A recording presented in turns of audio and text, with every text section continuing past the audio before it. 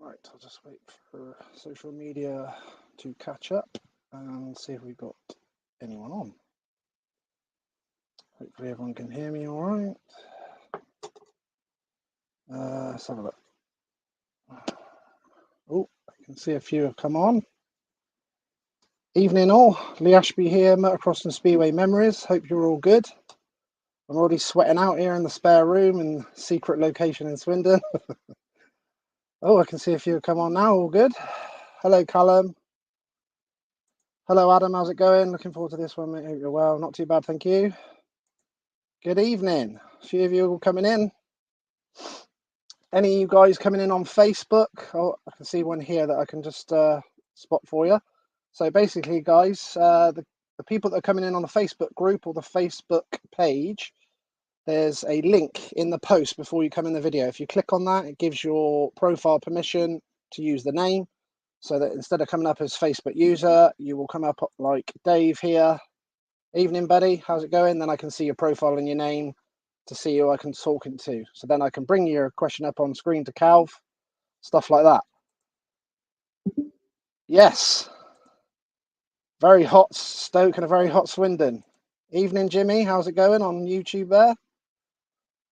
While working, while we're bunking off work for. No comment.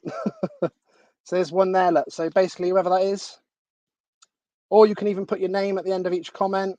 But like you said, you can come out of here, click on the link in Facebook on the post, and it gives your profile permission to use your name, like Kevin here, who's got the lovely banner for me in the background there. Look, Save Our Abbey Stadium, Swindon Robins. It's come from that man, Mr. Kevin Barnett. We will have that up on the wall for the next 3 nights. We've got Kelvin Tatum tonight, Chris Morton, another MBE tomorrow night. That's 7:30 p.m. UK time live. And then we got Mr. Gary Havelock on Thursday night as well, 8 p.m. UK time live. So looking forward to that as well. There's quite a few of you there. Look, Facebook user. Hello, not sure who that is, but hello. I can see Frank though. Hello, Frank. So there's quite a few of you guys coming up as Facebook user. Evening, Lee. Ask Cal why he hasn't been over to mine for a mountain bike riding. So basically, you guys, I need you to come out of this video, go into the post. You'll see a link on the post before you click into the video. You click on that, gives your profile permission to use your name, basically, like Leon here. Hello, Leon. How's it going? Yo, Ben. 2 years for this one, so he's looking forward to it. Hello, Simon. How's it going? Not sure who that is, but hello. If someone comes back, you're not getting Doyley back. He's staying. Must be talking to a Bellevue fan. Oh, no, not a Bellevue fan. Ipswich fan, sorry. Cool. Chris Lewis, be fuming with me. Must be talking to Ipswich fan then. Couple more sickness days. Not sure yet, Dave. That's what we're hoping to get more news from. Hello, Paul. There you go, Sarah. Sorted. Profile's up. I can see you, so I can quote you guys when you ask a question to Calvin. I can bring you up on the screen. Like Lynn here. Evening, Lee. Looking forward to this. Beautiful. Thank you. Taking the banner to Cardiff to support Doyley and the British champion Adam Ellis. It's been quite a bit of controversy in there over the Adam Ellis wild card, I see. Hello, Gary. How's it going? One of the top boys on already, look. Sore subject after last defeat. Yeah, I've heard about a few bins flying. Is that correct? Hello, Darren. It's quite busy on tonight, nearly 100 on live already. Must be interested in this one. But don't worry, I've got my Dirtometer ready to go. There's Simon, he's sorted now. There's my man, Mr. Wheeler. Let's go. British GP in 4 days. We still don't know how we're getting there because the trains have all cancelled. They're on strike from Swindon, so we're having a howler. Nightmare. Did you get the pic I sent you on Twitter with... I didn't, Jimmy. Send me that again. Evening, Gary. Yeah, you'll have his Dirtometer. And a few lines, hopefully. Hello, Andrew. Oh, we got another... got a Bewley fan there. So any of you guys, girls and guys coming in now on Facebook, you basically have to go on the post before you come into the video, click on the link, and that will give your basically your Facebook page profile permission to use your name like Andrew here. Otherwise, it just comes up as Facebook user. Highly asked Cowboy, he hasn't been over to mine for a mountain bike. So it was you, Darren King. How's it going? How is the knee? I see you was having surgery recently. Has that all gone well? Let us know. Everyone needs a lift. Sat inbox me. Yeah. So me and Kevin have been screwed over with the they're having a strike. Typical timing for me. I've only been to Cardiff once in my life. Second time I go, and they're having a rail strike. Beautiful. Hello, Carl. Another one here, Facebook user. Hopefully they'll register the name. Ellis is the man. So there's a few Ellis fans in here tonight. Great news, Darren. Darren is our champion in our vets class as well at my Motocross and Speedway Memories reunion. So hopefully he'll get fit. You looking to get riding again soon, Darren? How long's the recovery? Be racing again for next year, or is there plans to try and get some racing in for the end of the year? Not too sure about the end of October. That may be a bit too soon, eh? For my next meeting, we've got our Motocross and Speedway Memories Champion of Champions coming up in October, 29th and 30th. You guys can get booked in on Go Race. You can come and watch. It's only in Gloucester. So you can come in Bromsbury. Wouldn't let me do anything other than come in and see you from Singapore. How do I get permission again? So basically come out of here, go onto the post, and you'll see a little, it says StreamYard / something. You click on that. It gives you profile permission, privacy stuff that they all do these days. And then I'll be able to see your name. Okay. Plus, I think my missus is going to put a couple of comments in the thing with the link for it as well. Right, I better send my email to Calvin. He's going to be wondering where we are. Right, I've sent the email is gone. So hopefully I'll wait for our man to come in, and then we'll get the intro video going. And then we'll get this going. I've got loads of questions in front of me, but if you guys ask the questions I've got in front of me, I will quote you guys more. Mr. Cross, we've got the man from France. Are you live in France, Simon? Is it an hour in front or an hour behind? I'm not sure. Hi, mate. Checked in to see what's happening. Speedway nowadays. Top man. So we've got Kelvin Tatum on tonight, Simon. So we've got Calvin on tonight. Chris Morton tomorrow night, 7:30 UK time, and then Gary Havelock, 8 PM Thursday night UK time. There you go. My missus, Lainey Stagg there, look.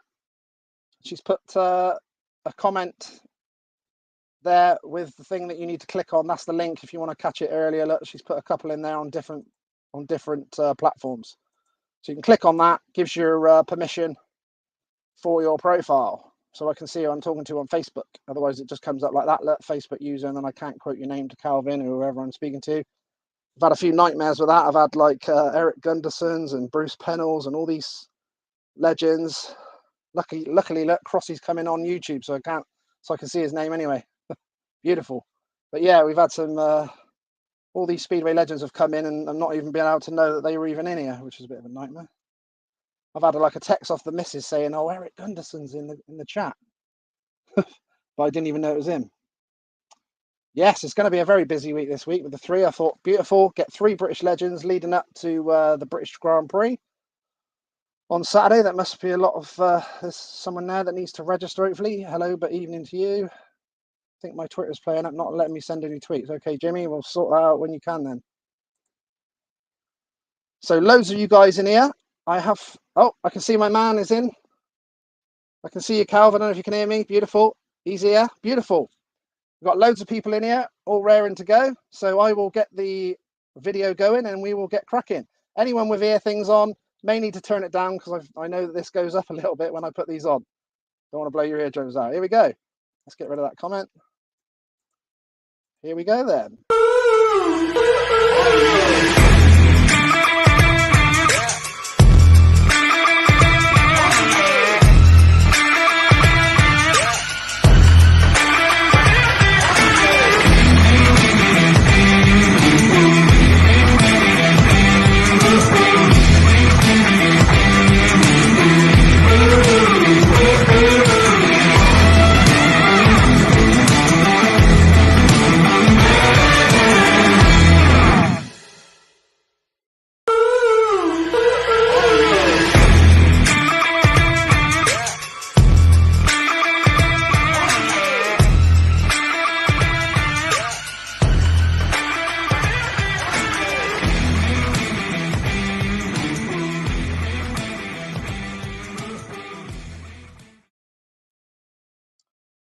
Right, let's try and bring him in, and hopefully it's all good. Here we go. Let's try and bring in the man.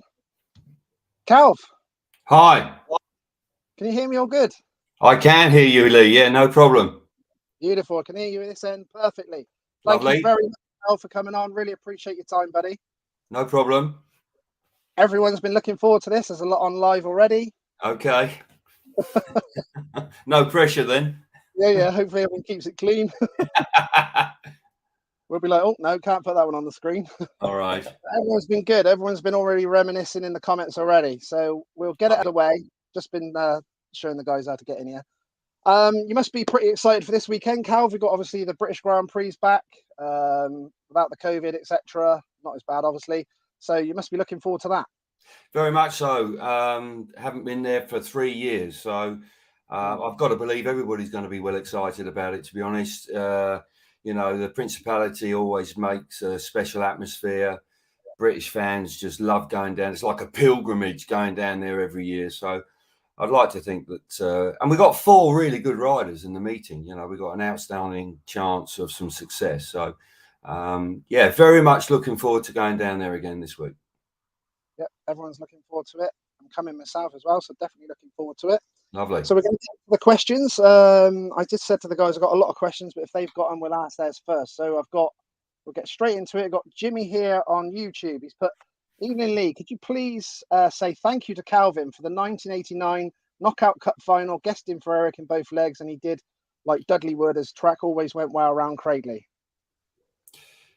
Yeah, that was quite an incredible period of time because Eric was injured, and Colin Pratt was the team manager at Cradley at the time. Obviously, Eric, an absolute hero there, and at the same time, Sam Ermolenko was injured at Wolverhampton, and I was actually guesting for both clubs at the time, and Chris Van Straten and Pete Adams actually got in touch with me because they would rather I'd been riding for them. But in the end, actually, Colin just beat them to the punch, and it was one of those impossible situations where I was piggy in the middle, and I was going to upset somebody. And I think it took about 25 years for Chris Van Straten to actually forgive me.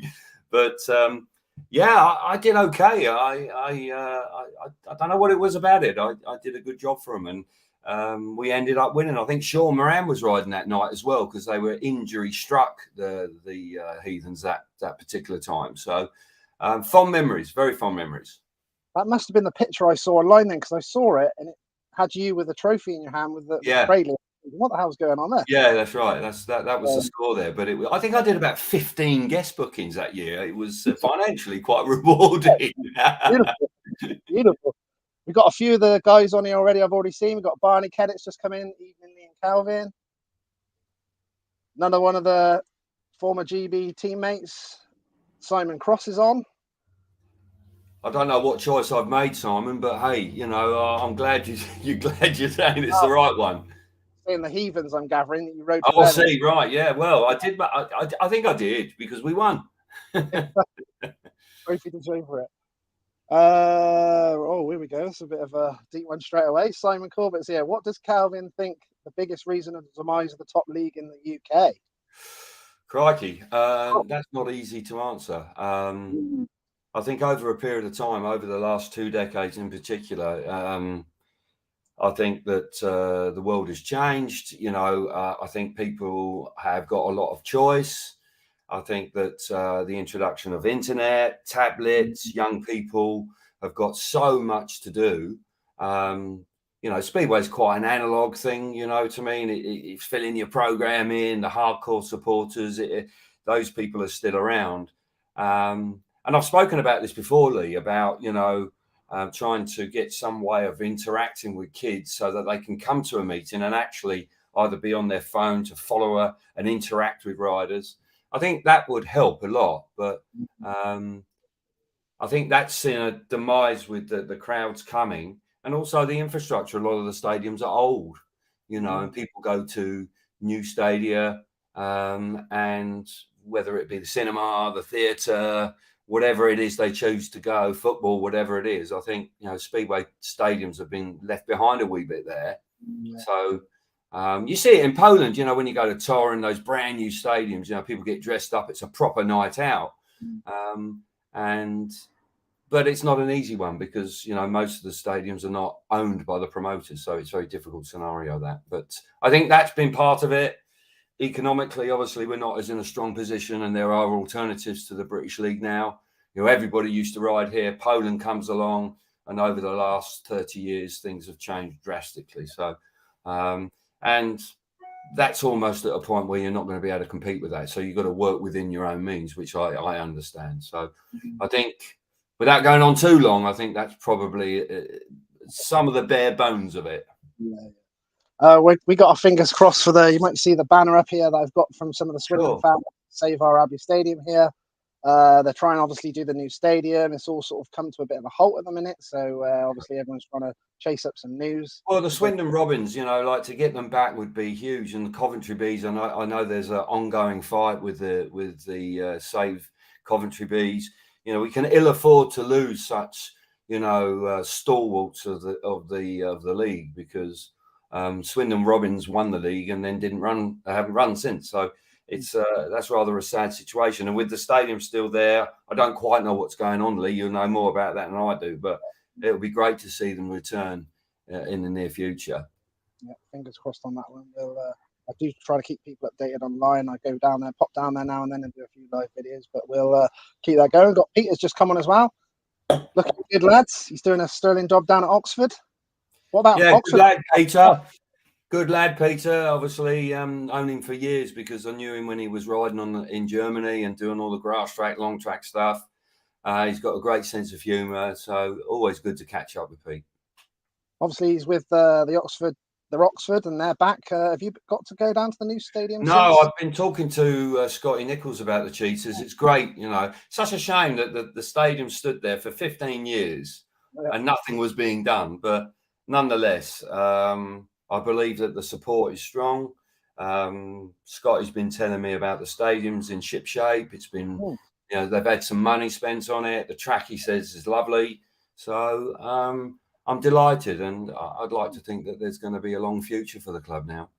Yeah, I went there personally myself on the opening night and got quite excited because I got to meet Hans personally after his interview.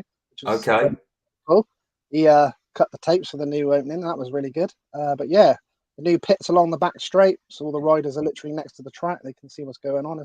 Yeah, very nice. It's all like. Well, Hans was a hero there because actually that period of time when Wiggy was there and Marvin Cox, the Coventry boys, we used to go there. It was like, man, those were meetings. I tell you, they were proper meetings. And Oxford were actually, in the mid-'80s, were the team.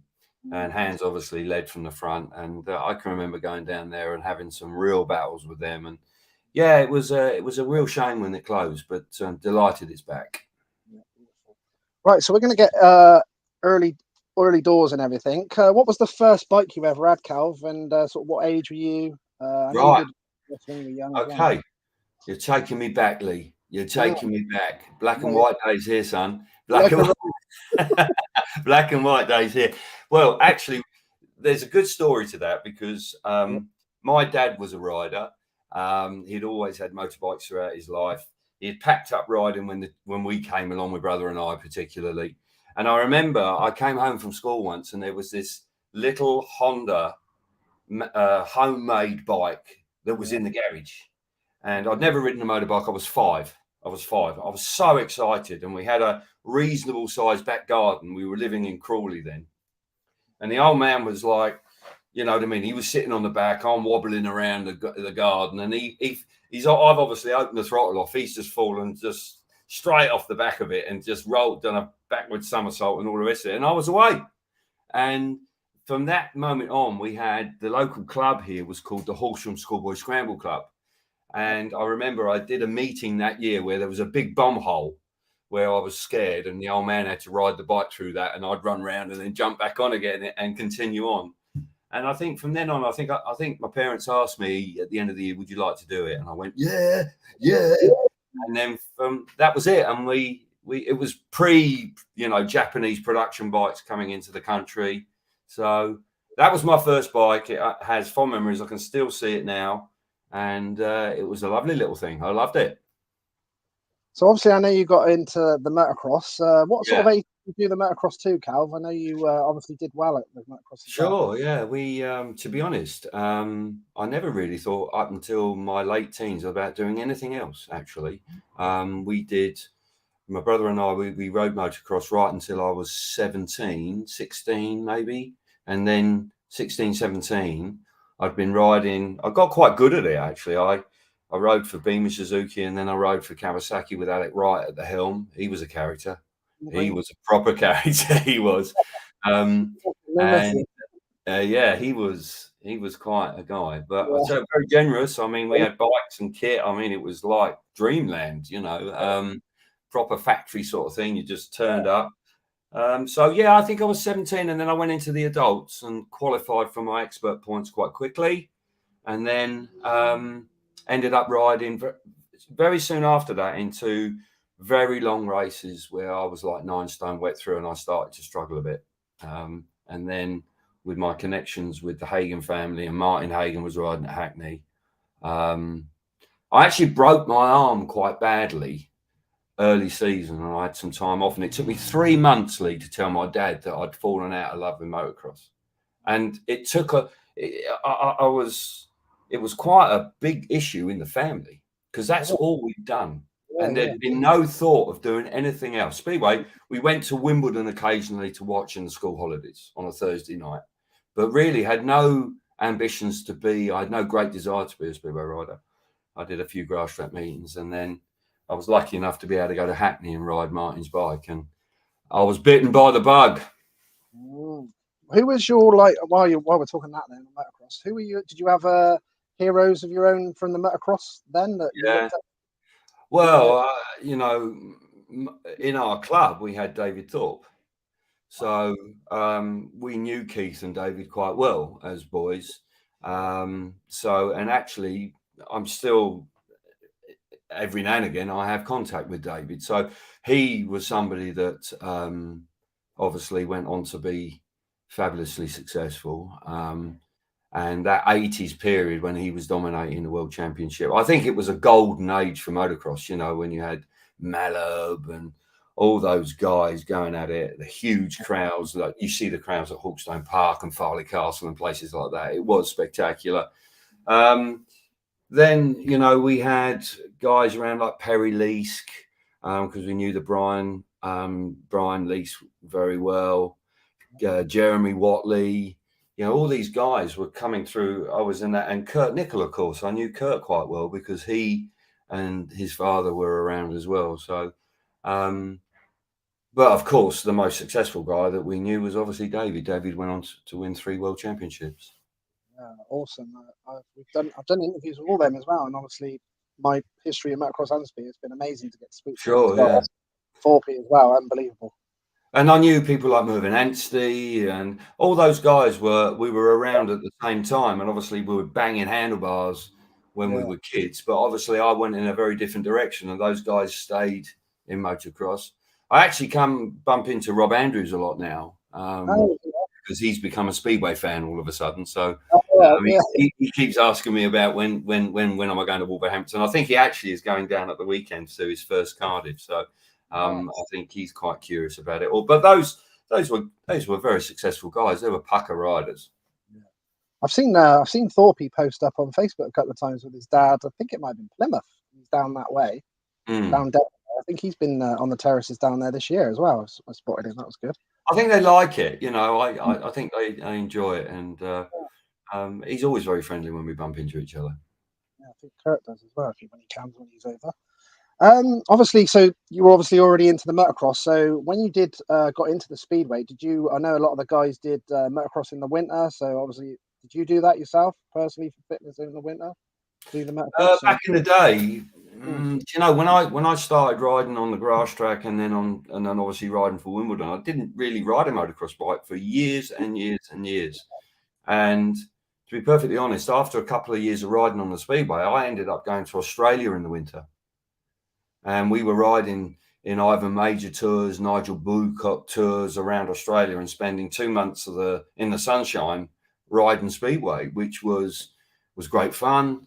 It obviously kept your bike fit. You were rushing around. We were doing water skiing, dashing around. I mean, it was fantastic fun. I mean, when I look back on it now, it was just, we had some incredible experiences. And in truth, riding in the wet and the cold on a motocross bike, or riding an Aussie, nice and warm, and actually earning a little bit of money as well, that was a little bit more attractive. So actually, it was quite a break, really, Lee. I did actually have quite a break. I didn't ride a motocross bike for some considerable time. Got quite a lot of the guys asking me if you still ride. I think obviously a few of them know that you ride. Richard Baker just put, does Calvin still race a twin shot motocross bike? I know you ride a few bikes, don't you? I do, and I've got far too involved. It could break my marriage, I think, because that's the KX 500 that I ride, and I did a couple of seasons riding that, and I love that bike. Actually, I've still got that here. That was very kindly. I'm sponsored on that bike by a chap locally called John Goff. He's a smashing lad, and his son rides. But I've actually got myself a Myco now, a 490 Myco, which last year Bill Brown lent me one to ride at Farley, and I kind of fell in love with it. That's it. That's the bike. That's Bill's bike there, yeah.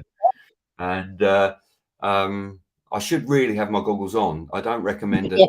Youngsters that you ride around with your goggles off, but I had a roll-off system, and on the first lap they just literally just failed. So and last year, like this year, it rained, so it was a bit mucky. But no, I enjoy riding it, actually, and I've got I've done 1 or 2 meetings again this year. It's not always easy to do them because it clashes with Grand Prix, but when I get the opportunity, it's good. Yeah, and that was my little 125. I had that for a little time, and I was completely fantastic bike, but the class, I mean, wow. I mean, it's like a Grand Prix. Exactly. Outrageous. I mean, I think I whole shotted my first race and I led for a lap, and then I had to pull over because I was exhausted because I was having to go far too quick. Yeah, that's at the UK Evo rounds. But I love it. Churchy and all that. Tom Churchy used to race. Oh, Tom Church and John Mays. And, yeah. I mean, Christ. I mean, I didn't. I'm so naive. I don't know these people, so I've lined myself up. I jumped off the gate, which was great, and I thought, these blokes were a bit quicker than me. And at the end of the day, I suddenly realised, I thought, I'm in the wrong race here. Yeah, they sort of never stop, so they sort of still do the same as what we did. Yeah, and those guys are probably mid-30s, you know, to me. Yeah, you show me all these pictures. That was a lovely little 85 Yam that I had for a while, and that was awesome.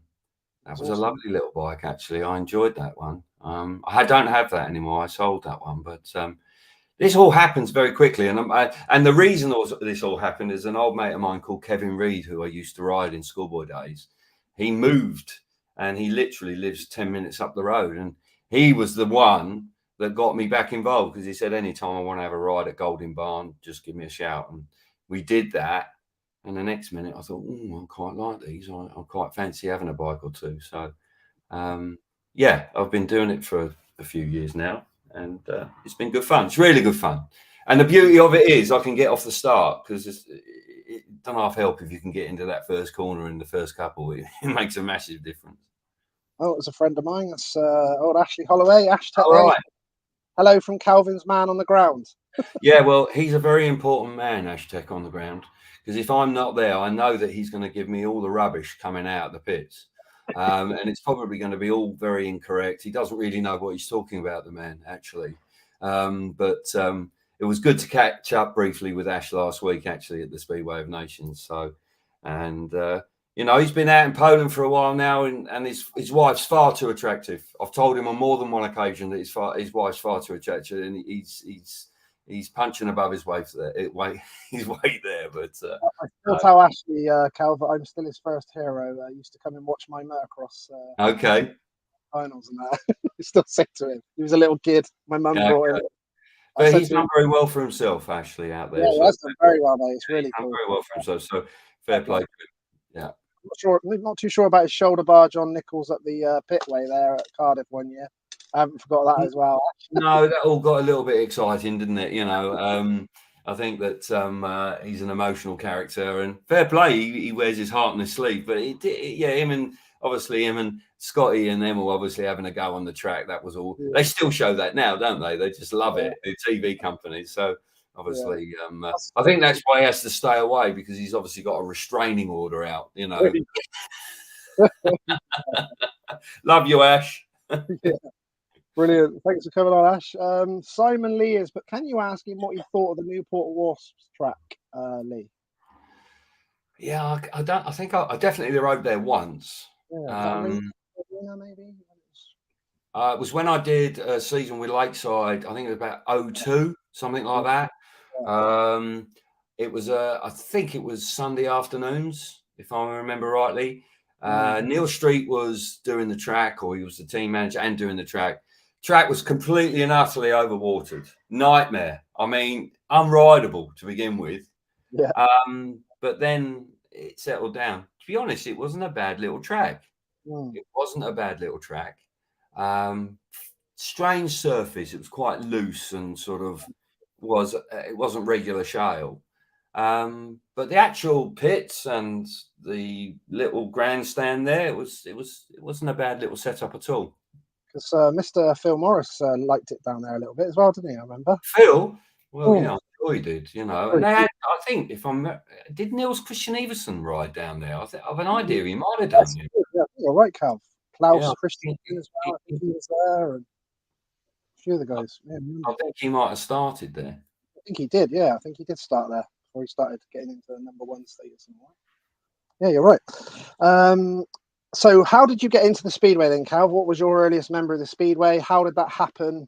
Right. Into Speedway as I said before, I had that period of time when I broke my arm, and then I sort of summoned up the courage that I wanted to try grass. The old man used to ride on the grass, so it was always something that I had a connection to. And obviously we were mates with, that's early doors. We had connections with the Hagen family, and I rang them up and I said, I want to have a go. And I think I borrowed a bike and I borrowed some leathers, didn't know what the hell I was doing. My dad initially wasn't best pleased, so I just went and did it myself. I did a meeting just locally, and although I was all over the place and really didn't have a clue, I enjoyed myself. And then it was mentioned to me that I really ought to try the Speedway, and I went to Hackney. And as soon as I went there, I rode a bike and I started getting round. And I thought, well, I've got to have one. I've got to buy one. And the old man said, no, I'm not having anything to do with that. So the first bike I saw, I bought. Absolute shed of a bike. Absolute shed of a bike. I mean, it broke down more than it ever went. But I used to go up to Hackney because they used to run open training schools through the winter time. So literally the winter of 82, 83, I was going there every weekend, every Saturday it was open. But even then, Lee, I didn't fully appreciate how Speedway worked. And all I was doing was just having fun roaring around Hackney, and that was it really. And there was one particular occasion where there was open practice and then there was a junior meeting afterwards. And one of the Bosley boys, I think it was Steve Bosley, fell off and he was riding for Hackney and was injured. And I got called up and I won 3 races. And then the next week at Wimbledon, when there was a return match, the Wimbledon guy rang me and I rode for Wimbledon juniors against Hackney. And that was really the catalyst then, because I did 2 or 3 meetings for them. And incredibly, I was at work at the garage and I got a phone call from Cyril Maidment a fortnight before the season started and said, would I like to go up to the press and practice day? I raced against Alan Mogridge and somebody else, and I won the race. And afterwards, they literally offered me to the #7 jacket. Wow. And I come out of the office and my dad was there. And I said to him, Dad, I'm going to ride here every Thursday night and they're going to pay me. And they're going to pay me £4 a start and £8 a point.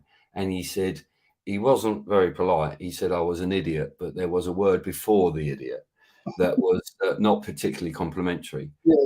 You know what? I couldn't believe it. And the next week I was with Simo and Jessup and Kai Nimi in the team with Roger Johns as my partner, who probably hated me for a while because I was fair. That's actually the year after, actually, because that's the one with Gordon Kennett and John Davis.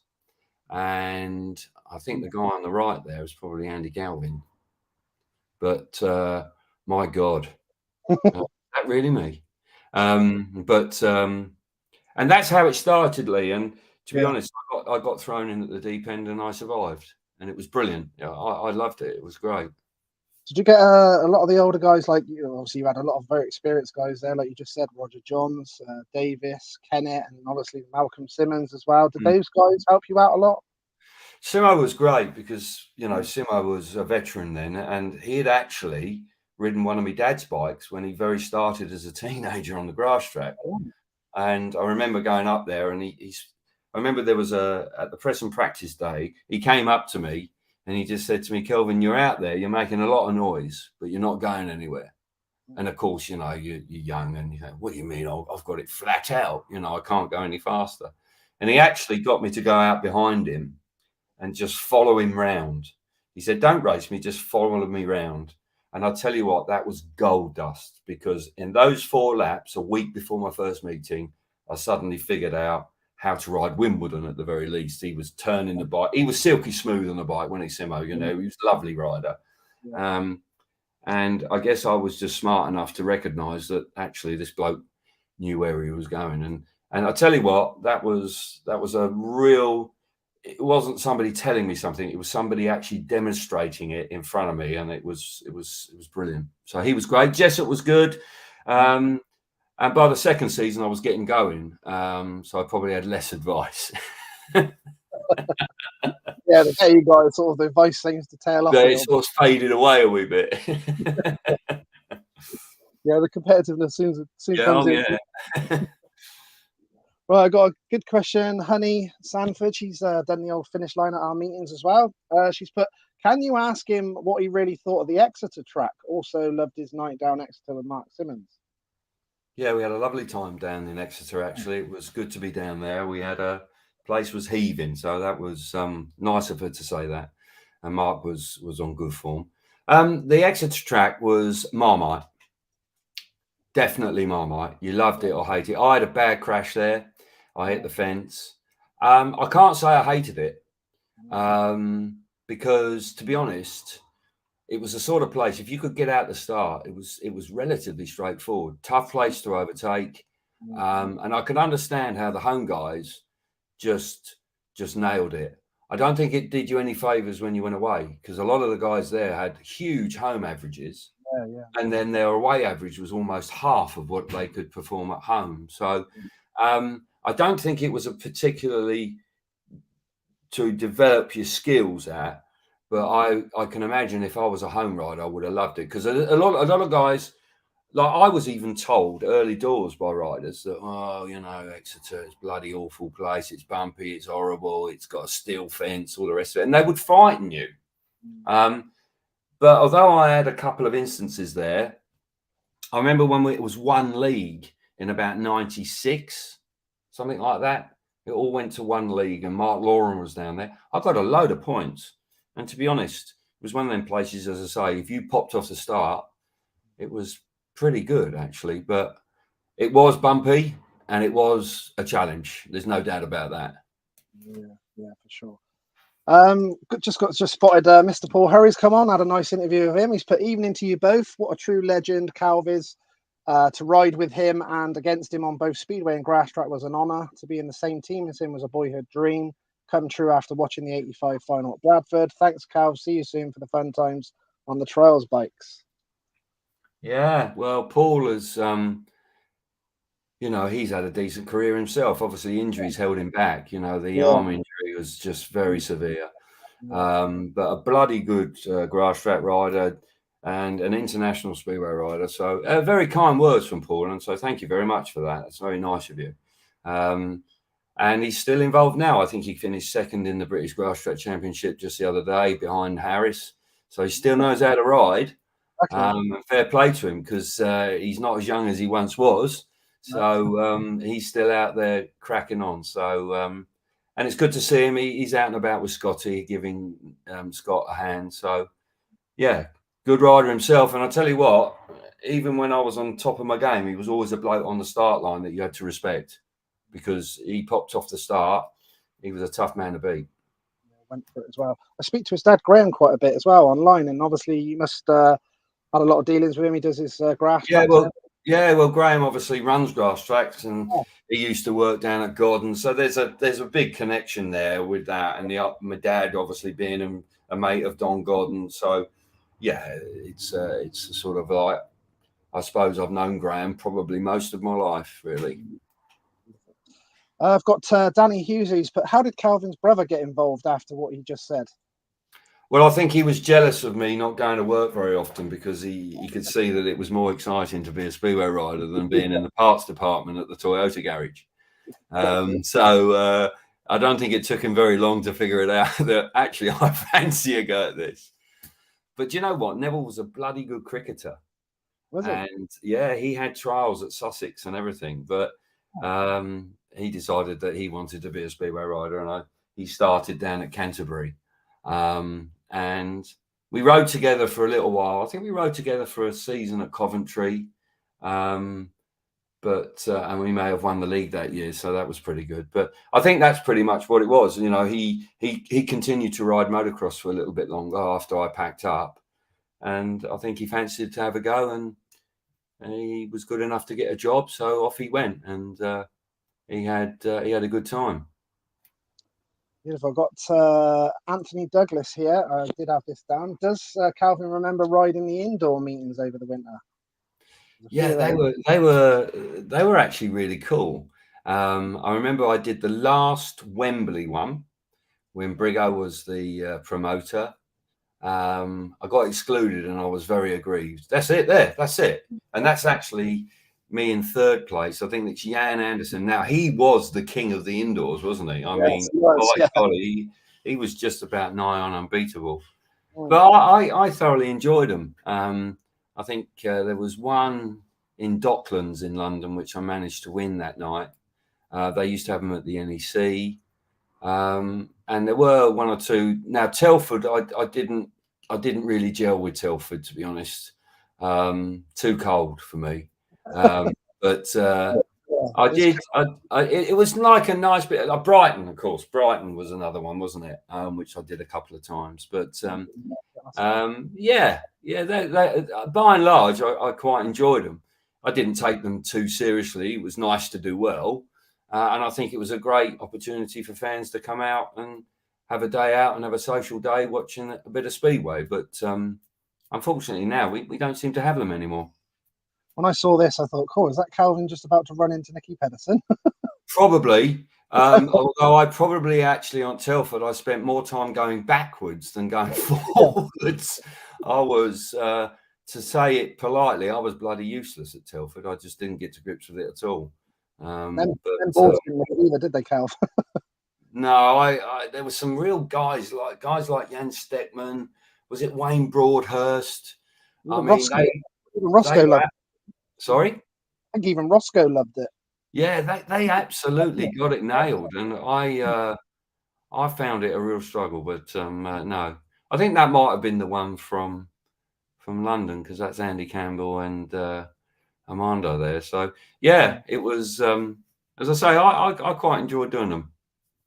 So even when you went into the Speedway, did you have any pre-concepts of any of the riders? Did you follow any of the riders before you actually started the Speedway? Did you have any heroes then before you actually started? I know, because obviously you went in late. Yeah, I suppose I knew all about people like Barry Briggs and Ivan Major. Not so much Ollie Olsen, not so much Ovi Funding. I'd heard of these guys, but I couldn't really call them heroes, because in truth, my heroes were motocross riders like Roger Da Costa and Joel Robert and Heike Mikkola and, those guys, because that's what I was doing. And I had no intentions of becoming a Speedway rider for a long time. So when I stepped into Speedway world, I guess, I was looking at my peers, people like Carter and Michael Lee, the older generation of PC. And Brigo was a great friend, and he helped me a lot. I mean, he gave me some fantastic advice early doors. You had PC, you had Moore, then you had Simo and Jessup. So those guys were sort of like beginning to drift away from the international scene. Then you had, we had that group of riders like Simon Wigg, myself, Doncaster, Richard Knight, Simon Cross, all those guys. We were sort of coming up to replace them. I think it was a great shame that Michael wasn't around longer. Obviously, tragically, Kenny wasn't around long enough. And we kind of, with limited experience, that was an unbelievable experience, that trip to Poland. But I could have done with, in hindsight now when I look back, I could have done with those guys just being around for a little bit longer, because people like myself and Wiggy, and we got kind of thrust to the forefront of it straight away. And we were up against a Danish team that I don't think we'll see the like of again. I think they were so dominant. I mean, crikey. I mean, it was almost soul destroying at times, because every rider was a world champion. Yeah, I'm pretty sure as well. I'm sure I watched the video on there. I'm pretty sure didn't you have your England debut at Swindon? Right? Yeah, I was reserve in '84 in a test match against America, and I think I might have got a ride. I can't remember. I think I might have got a ride. Really? You got to remember, that was my second season, and I'd actually missed a lot of it with a broken leg. Wow. So it all happened remarkably quickly. How was that for you? Literally, like, I suppose you obviously must have been, like you said, you've only just started racing Speedway. Before you knew it, you were in the pits, borderline on the app, to get to do that, and then get called into a race. Because I watched the race. I think it was Bobby Swartz and Dennis Segalos. You went straight in, like. Oh, did I? Yeah. Well, good luck. Good luck. Yeah, exactly. I can remember being extremely nervous, feeling a little bit lost, because obviously there were some, very experienced riders there. And in truth, Lee, it was all a little bit too soon. And that's what I get back to my original point. I wish some of those more experienced guys had been around a little bit longer, because, as I say, when they moved away very quickly, suddenly in like 1985, we were the mainstays of the team. You got Richard, Simon, myself, and Jeremy there, Andy Smith as well. And John Berry was great. He was very keen to use young kids, but when I look back on it now, as much as I wanted to do as best I could, compared to Hans there in the background, Hans had so much more experience at international level than us. I mean, crikey, and it all happened probably in hindsight a little bit too quickly, and riding against Eric and Hans and Jano and Tommy and Bo Peterson, Perrin Eriksson, Peter Rawn. The list of riders they had at that time just went on and on and on. And those test matches, they were really tough, really tough. And if you beat them, crikey, that was a feather in your cap. But what I do remember about it is I wish I'd had just another year or two just to get myself in a position where I had all the infrastructure, mechanic, bikes, because suddenly I was riding at number 7 for Wimbeldon, and then literally, next minute, I got the England race jacket on, and I really didn't fully understand or appreciate quite what that meant, So you can't change it now, but if I could, I think I'd maybe just taken a wee bit longer just to get up to speed. Just got Richard Knight come on. I've just sorting out an interview with him actually as well. And good evening, Richard. Yeah. Hopefully, I don't know if he's had his hip replacement, but I know he's been struggling with it. He's about to do it soon, so I was going to wait until after that, and then he's going to do the interview with me. So yeah, he's been struggling with that, but spend a bit of time with Richard, obviously, and see him regular at Peterborough. Was there certain bikes and engines, Kelvin? I know I spoke to a lot of the guys on here, Spear riders. They had like nicknames for engines and all sorts of things like that. Did you do that yourself? Did you have anything like that with all your bikes over the years and engines? I don't think so much on the Speedway. You always had a favourite one. Yeah. I know some riders had names for them. I definitely had. We had engine initials on the long track, and I had that with Hans Zerk, when I was riding along, like K1, HZ95. They were particular engines that I became very fond of and were favourite engines. But I didn't start christening my engines. No, I wasn't that. I wasn't like tucking them up at bed at night and cuddling them and kissing them all night. Maybe I should have done. Maybe that's where it all went wrong. You know, maybe I should have been just that little bit kinder to them. I was probably coming home from a meeting and kicking them rather than actually giving them a kiss and a cuddle.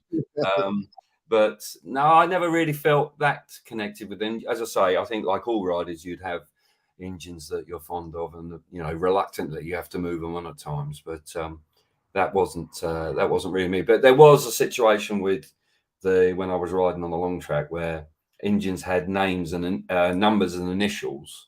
And I was lucky enough to get good enough to actually have my own initials on the engines, K1, K25, or whatever it was. And that was really cool. I like that. That was, you know, with working with Hans Zerk, the German guy who was so successful. That was really cool. Very nice. Have you always been interested in the technical side of everything? Did you used to do like a lot of your own bikes? I know I've seen you involved in a lot of stuff like that. Is that always the case, or? Yeah, I think I have a curious mind. I think I like to try and understand why things work, and if they're not, probably too much. Sometimes I think it can be a detriment. It can hold you back. Maybe you understand them a little bit too much.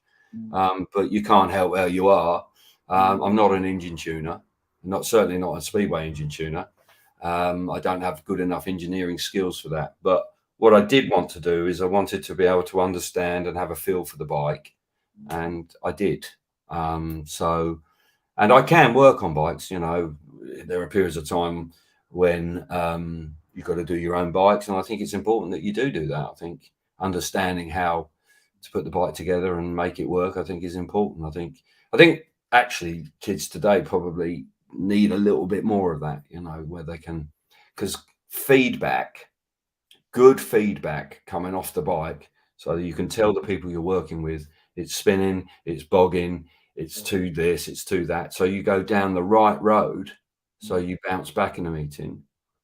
And if you think about what Greg Hancock did in his career, even in his late 40s, he was able to compete. And even how often did you see Greg go out 0-0, 3-3-3-3? Because he would come in and they would make a decision and then just turn it around. And to be able to do that, I mean, you can turn a bad meeting into a good one. Definitely, maybe his later title was down to that as well. He used to make it work off the start and be fast. Yeah. It's smart because he understood what he was doing, and he worked at it, and he was bright, and hence he was very successful. We will have to do this, Cal. I've just got Darren King's just come on here. Just obviously, you might know him from the Motocross. He won our. Darren, he doesn't live very far away. Yeah, he won our vets meeting at my big meeting in April at our reunion. He said, "Oh, we'll have to get Kelvin racing at your meeting next year. He's still a good rider." Yeah, I've seen him. We had the Legends thing, and I think I mentioned it to you that we had like Andy Graham, Chris Louis had a ride. He was a bit nervous, but he had a ride round. He was a little bit nervous. Yeah.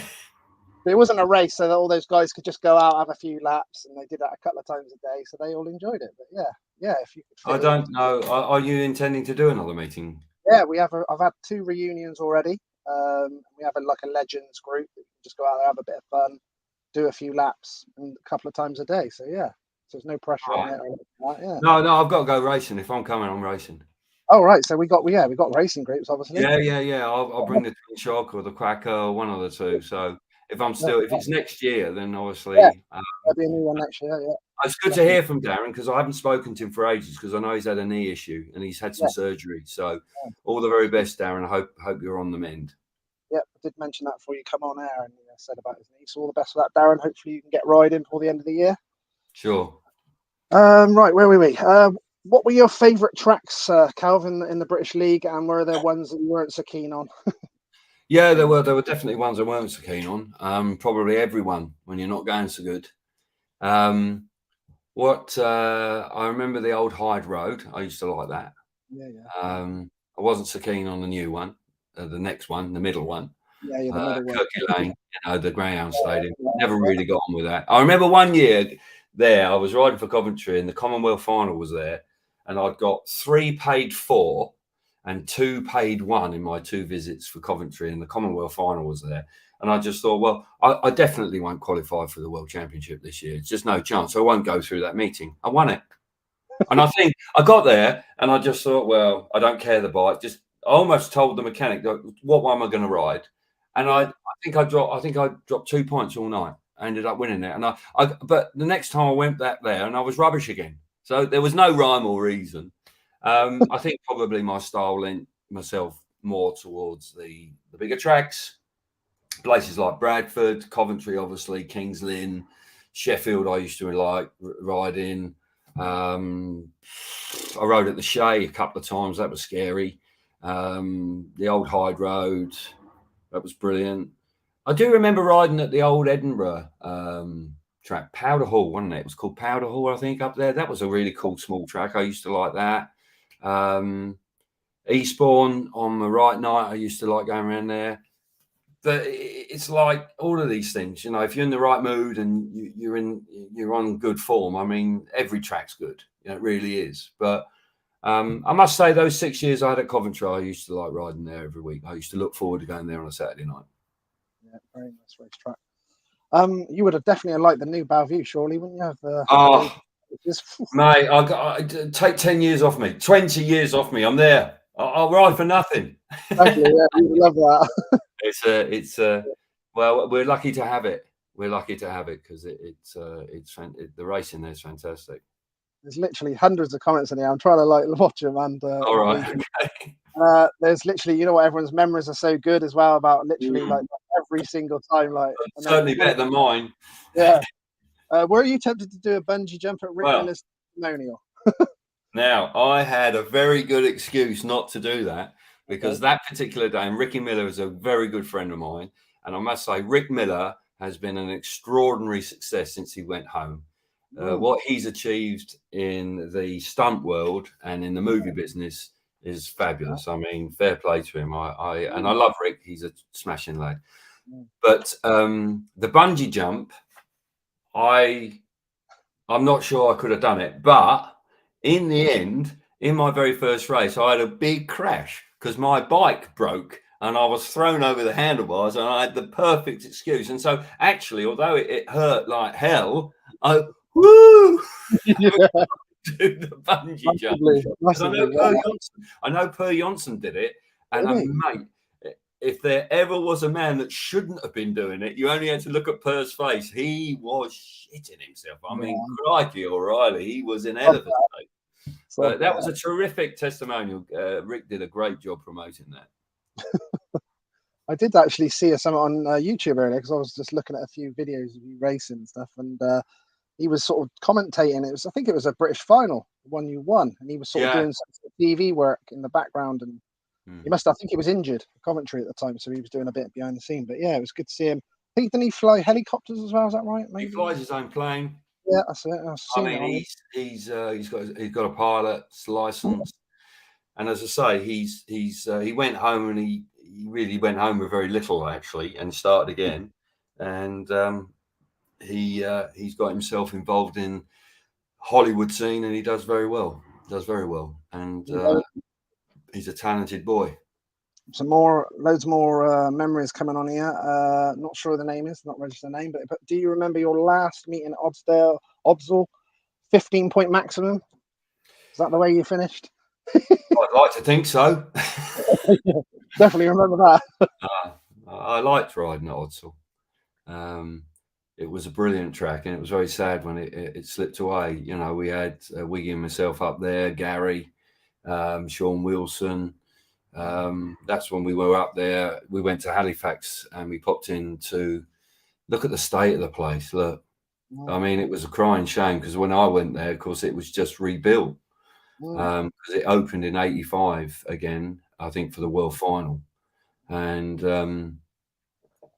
it was, I know there's been some rumours that it might come back again for Speedway because I believe they're running stock cars again there now. Yeah, I've seen the track sort of laid down, isn't it? It looks like I think it's awkward to run Speedway there, but very fond memories of riding at Odsal.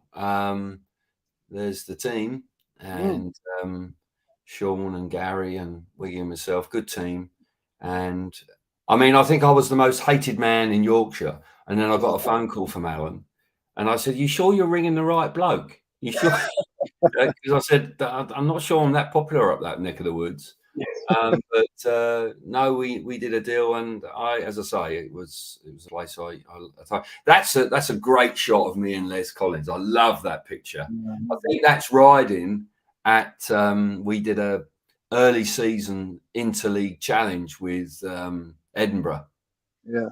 But that's cool. That's that small track. I'm sure that's at Powder Hall. Yeah. And I love that picture, just roaring into that corner there. And Uncle Les behind me, good man. I saw your. I saw the post. I found it on. I think I found it on your Twitter because I like to dig deep on photos, and I think it was something. The caption is something like sliding into the next week or something. It was pretty cool. Yeah, we spoke to Bruce Pennell in the pandemic, and I showed him that, and because he knew Les obviously, and he loved the picture, and it's one of my favourites. Handlebar nearly on the ground, and Les behind me, all in control. So yeah, and happy days. Not sure what this is about, but Daniel Green's put, can you ask Calvin about his return to racing at Arena Essex and an incident at Small Mead against Reading? I don't know if you know what Daniel's talking about there, or... I don't remember the incident at Small Mead, unfortunately. It possibly wasn't a very pleasant one. So I've erased it from my memory. Returning to racing with Arena Essex, with Ronnie Russell was a very enthusiastic guy, and Speedway through and through. So he was keen for me to go back there, and things had changed on the continent, so I was looking to do a little bit more riding at home again. So it was a good fit, and I did a couple of seasons there. I think we did 1 year in what is now the Championship, and then we went back up into the top league. So I've got to say, Lakeside was never really my favourite track. It wasn't really ideally suited to me, but people were good there to me. So I tried my best there, definitely. Someone just asked me about if you like the track at Arena Essex. It's quite obviously a trick track, as everyone knows. Yeah, people like Swedish boy, retired now. Oh, come on. People like Eddie Kennett, Kim Nielsen. Why can't I think of the number one from Lakeside? Andreas Johnson. Andreas Johnson. I team managed him in 2017. Yeah, complete senior moment there. My God, they could ride that place. I could never ride it like that. Even somebody like Jonas Kilmacorpi rode it brilliantly as well, So there was a particular technique to it, and you've got to be able to turn on a sixpence. Lee Lanham was great round there as well. I think I did okay, but it was never something that came easily to me. But as I say, I had a good relationship with the team and the club, so it was. And it wasn't far from home. It was handy. It was really good. I've got another memory here. I'm gathering that you must have had. Did you have a collision with Previn? Well, that's a bit cheeky from Colin Harold. Obviously, yeah, that's right. Because Previn obviously and I had a crash, nasty crash at Wolverhampton where I broke my leg badly. He hit me from behind. So no, I don't think either of us send Christmas cards to each other. But it's a long time ago now, so life goes on, Colin. And what would be the point of holding a grudge against him? I don't think he really meant it, but it was a bloody big accident. I know that. It hurt. It did hurt. How like Barney's just put here, but hope Neville's well. Say hi to him. How is Neville? How's he getting on? What's he up to? Yeah, Nev could be coming back into Speedway. He's not working at the company that he's been with for 10 years anymore. And I know that we've been talking about possibly doing a bit of engine work. So we might see him around a bit. He's been removed from it. He's got a younger family. He spent a lot of time with them. Philip loves his football, and Hannah's got her interests. So, but as I say, I think maybe moving forward we'll see him. But he's in good health, and I know we normally speak after a GP and have a chat, and who did what, and have a moan about something, I expect. Obviously, you were known. You were always a good gator as well. Obviously, that's a big thing in Speedway, being good starting. Was that something you worked on? Was that just something you had reactions with motocross starting, or was that something you worked on? Don't know. I didn't really work at it. I think I was very lucky, Lee, that I could make starts right from when I was a boy on the motocross. I was always quite a good starter. And I remember my very first race for Wimbeldon, I made the start. Heat 2, 83. Beautiful day. I think it was St. Patrick's Day, March the 17th. I'm on the start. Block, gone. Made the start. I did a 360 in the first corner, so I kind of blew it. But I did make good starts, and I think like Eric Gunderson was a wonderful starter at Hands. I think somebody who improved his starting unbelievably was somebody like Tony Rickardson. I don't think Rickardson was a great starter in his early career, but by the end of it, I mean, he was ultimately the best at it. So you can, but you've got to work at it. But I think I was very lucky that I just, whatever it is, it's in your DNA. You switch on when that green light comes on, and you have a focus. Like even now, actually, when I'm too old to ride, really, I can make starts on the motocross. I can do it. That 15-second ball comes up, mate, and bosh, 5 seconds, and I'm on that gate. That's you can do the reactions in it, Cav. That's what I tell people. All right. I was a good starter as well, and that's about all I could do now. Right. Yeah. I could do with some oxygen after a lap. I wish it was 1 lap dash, and I really do. Yeah, the old glove race back in the day. Yeah. Right, I've got quite a few asking. Yes, we're going to talk about that. I had that question as well. Got him asking about obviously your MBE as well. That obviously must have been a very proud moment for yourself. Yeah. Finally. Yeah, it was. It was a real surprise. A really fabulous day for the family, and I think I didn't really believe it to begin with. I think I thought, well, what's this all about? And of course, you're asked not to talk about it publicly, so I respected that. But nonetheless, it's something to. I think it was lovely, obviously, personally to get it, but I think it was just a lovely thing for the family. You know, we went to Buckingham Palace. Debbie and Emma and my sister came into the auditorium where you receive the medals. It was the Queen that actually handed out my medal. We spoke. She's quite small. But it was brilliant, and something that inevitably you're going to remember. The pomp and circumstance. I remember this guy came into this area because you get split up into MBE, OBE, Sirs and Dames and all the rest of it. And he's telling us, he said, right, when you walk in there, you walk in from her right, you turn left, you have to bow, you walk forward, she'll pin the medal on you. She may ask you a question, she may not, but then you must not turn your back on royalty. So you actually have to remember to walk backwards, turn right and walk out. Now, this all seemed quite simple when this guy came in. He had all the gear on. He had the sword. He had the whole bit. He certainly got dressed up. Yeah.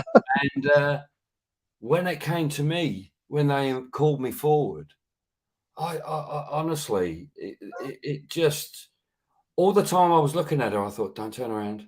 Don't do a U-turn. Do not do the U-turn. And she's talking to me, and I think she had a couple of questions, and then I managed to pull it off, Lee, and I sort of then got out. But I was never so relieved to get out of a room in my life. It was unbelievable. But it was a really cool day. Really cool day. Yeah, made me nervous explaining the things you had to do. I was thinking, oh God, I'd have been like, write it down in your arm. It seemed so simple. About an hour before, it seemed to take forever. I was probably at the back of the queue, but very slick operation, the pomp and circumstance of it, the sense of history of being in the palace. It was a sensational day. This is quite a good question from Anthony Douglas here. He's put, which riders from today would Kelvin have liked to have ridden with? Interesting. I'd like to have ridden with Ty Wolfenden. I think he has a wonderful understanding of how to ride. He's a real clever rider. I'd like to have ridden with, I did ride against Greg, but I would like to have done riders in the Grand Prix or riders now. Ty sticks out to me because I think he has a wonderful understanding of what's going on around him. Be cool to ride with Dan. Bewley. Try and see if I could keep up with him. Because that would be quite hard, wouldn't it? Because he's I think all of them, you know, like Janowski's a lovely rider. Bartosz Zmarzlik's a rider that I look at and I think, would I like to ride with him? I don't know. I think he'd frighten me because he's got feet off the footrest. He has such a wild style, but by golly, he's good. So, by and large, you know, you could take a handful of those guys and have an opportunity to ride with them, you know, because they're so good. They're so good. These do go all over the world. So I'm just going to answer this guy, this person here, because he's just said he's from a Coventry Bees fan from New Zealand. Will it be on YouTube later? Just to let him know that it will all be recorded and anyone can check these interviews out at any time in your own time. So hopefully that helps that guy there. Even in New Zealand, look, there we go. There we go. Andy Perrott just popped up there. There's a fella called Andy Perrott. I want to say hi to Andy.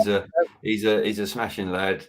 And we often talk about motocross stuff and we all get quite heavily involved with it. But I must bump into Andy one day because we always seem to be going in different directions. But good to hear from you. Sorry if I haven't said hello for everyone, but we'd be here for a couple of days if we did. But I do what I can. It's Darren Wilson as well. Bradley's dad. How are you doing, Darren? Evening. Evening, Darren. I got a question here from Nicola Walker. She's put, what was your favourite long track in Europe? Nice question. I had a lot of success at Herxheim in Middle Germany, which is near Frankfurt. I like that track. Had some really, really good meetings there. There was one track in the south of Germany called Pfarrkirchen, which was a genuine 1,000-meter track, which was, to be honest, I never really believed that we could ride there. It was like a trotting track and stables. And I mean, there wasn't a blade out of place, a blade of grass out of place. And I just thought the first time I went there and I thought, they're going to allow us to ride motorbikes here? I mean, they must be mad. They must be mad. But I think probably if you pushed me, I would say Herxheim because I had some fabulous days there racing against Wiggy and Gerd. Carly Meyer. Yeah, I think that's Herxheim there. And it's got like a horse race track around the outside of it. It's like a big grass runoff area. And I had some very good meetings there. So I made a big breakthrough there actually in 95 when I beat Gerd. And it was a pretty cool thing to do there. So, yeah, I loved it. While I'm on that question, I was going to ask this guy. He's actually in the upright championship this Thursday at Isle of Wight, Alex Chad. He asked me this to ask you. Right. I did go watch the YouTube video of this track. I sort of knew about it a little bit until I watched it properly. Well, is it a grass track or the Speedway? So it's in Germany, and that's I don't know. Oh, right. Tetro? Oh, Tetro, yeah. Wow. I've watched it, Cal. I watched your race. You were leading it. But it's literally pure. That's the only long track grass track, motocross, bit of everything. So fast, jumps left and right. It looked absolutely mad. It is. It's unbelievable. It is mad. It's got 3 right-hand corners. It's up and down hill. It's 1.8 kilometers for the lap. I managed to win there a few times. Ooh, and, yeah, really crazy place. I was there this year actually when we went to the Grand Prix, and I watched some of the practice while we had in between qualifying and the Grand Prix, and it brought back a lot of memories. But yeah, it's a very special track, and we had a very special bike for that. You had to have different forks, different tanks, footrests, exhaust pipe.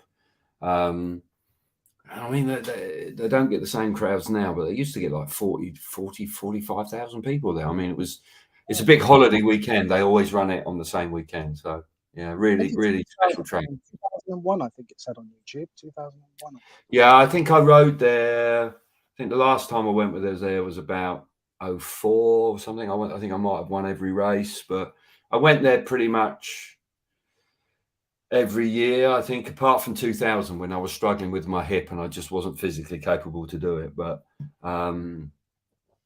no, I went there quite a lot, and Hans Zerk was always a big. He came from that area, Zerke. You see, he was an East German and had come across into the West, and his original family came from there, so he was always very keen to go back there. What was the year you actually retired from the Speedway then, Calvin? What was sort of your feelings? 05, I think, 2005.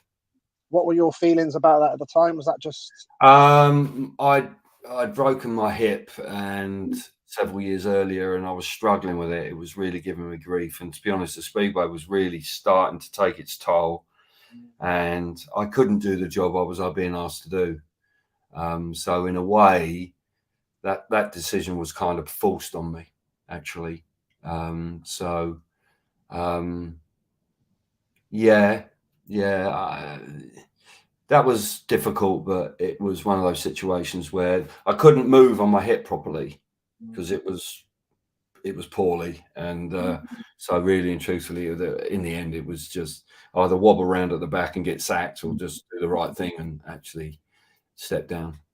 So do you think that almost sort of helped you not kind of miss it at that time because you were obviously in pain? Yeah, definitely, because I was able to step away. I was still riding on the grass track, and I did that for a bit, but funny enough, it was when I actually had my hip replaced and everything went back to being pretty normal that I actually made the decision to retire completely, because I didn't have pain.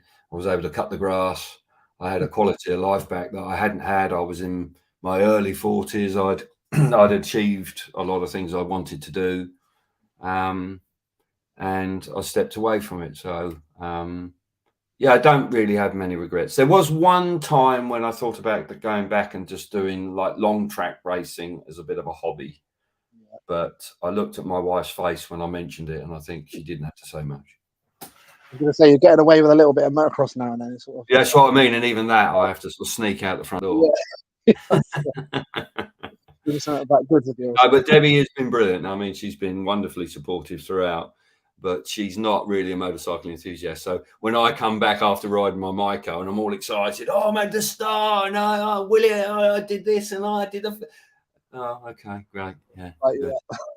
Yeah, lovely. Yeah, Cut please that you off. had a good day. Please you had a good day. Gary's just put here, silly question, Calvin. What made you concentrate on long track and drove you to become such a great ambassador for the sport? I think,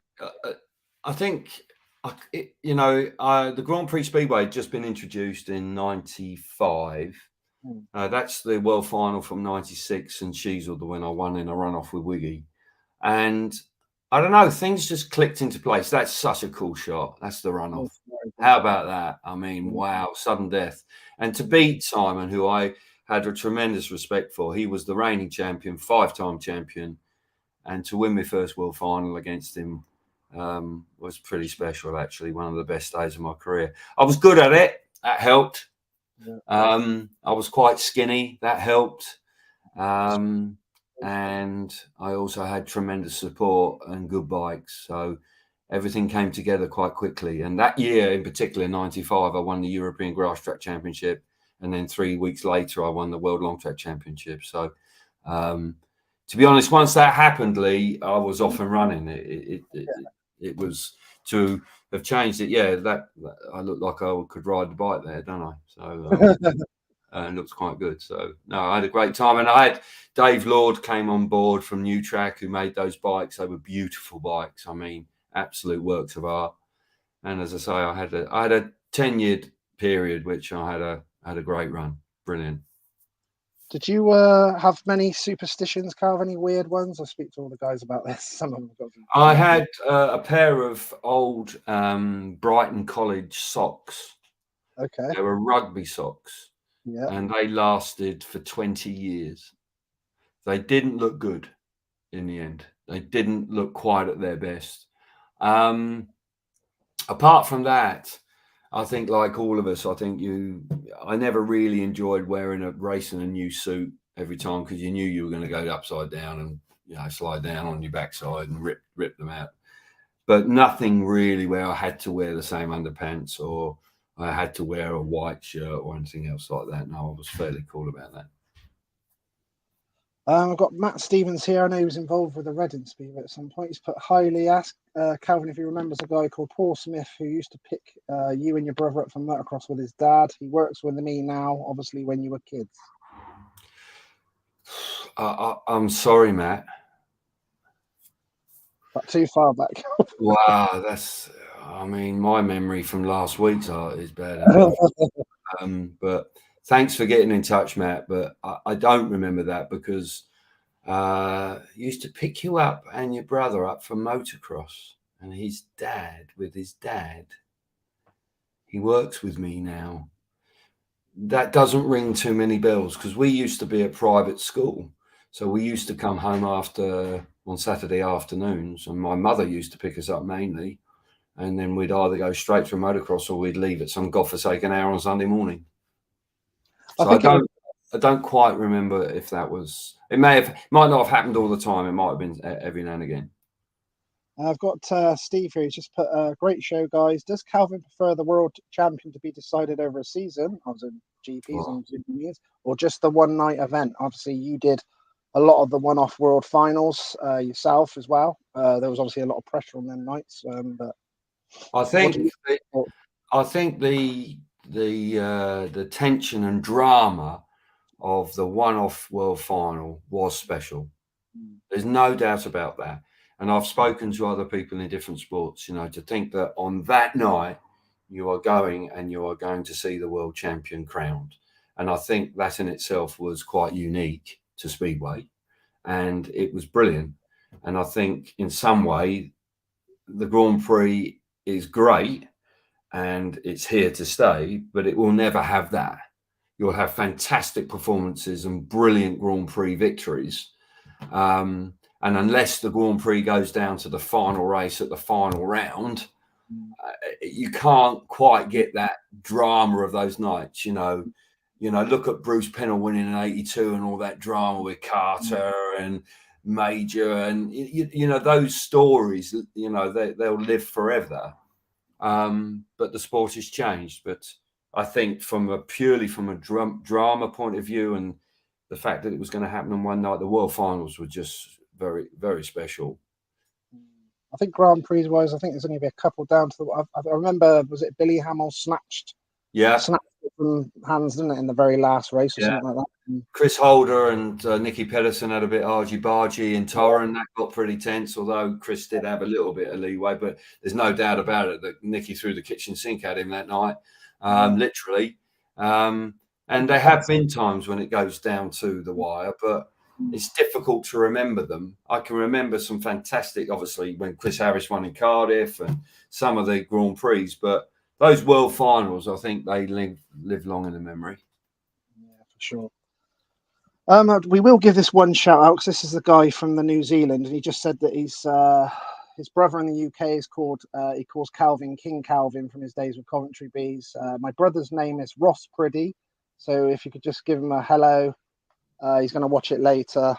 This is the guy from New Zealand. So, well, good morning, Al. Yeah. Thanks very much for tuning in. I hope you enjoy it. Also to your brother Ross, great to hear from you. And New Zealand, I've been there a few times. Rode in Christchurch for Ivan Major. A pretty place actually, and quite a special, spectacular part of the world. But yeah, enjoy. Hope you enjoy it. Thanks for that, Calv.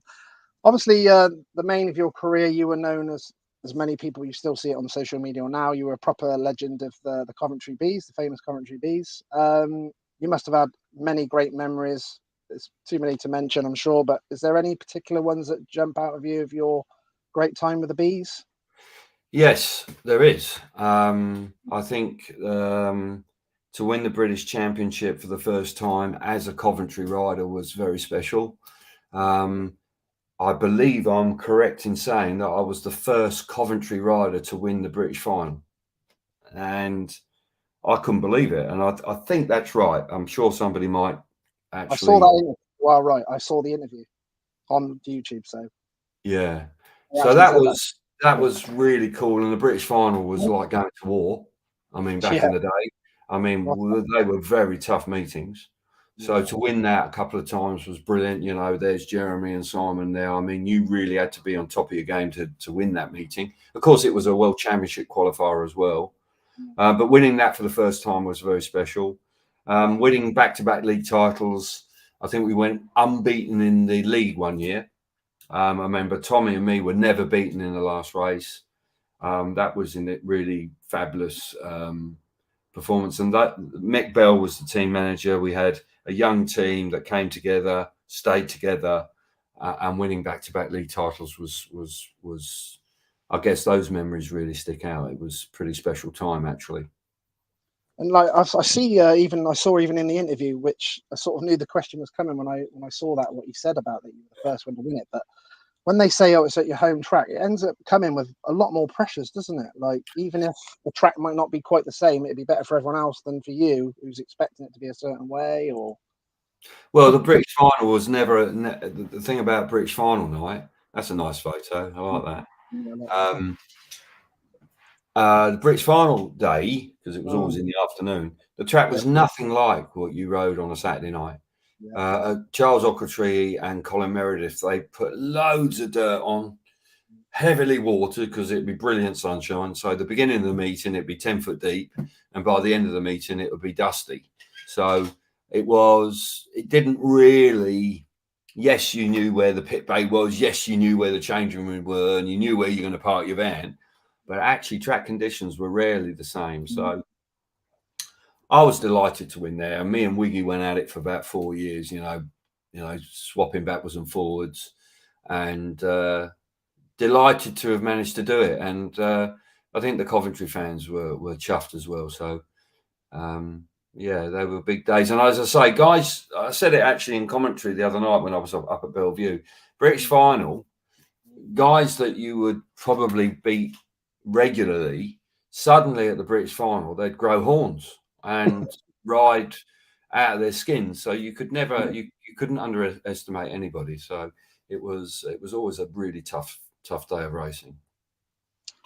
How long have you actually been doing the broadcasting, commentating now? It must be a fair while now, is it? A long time. I started right at the early days when Sky first came on. So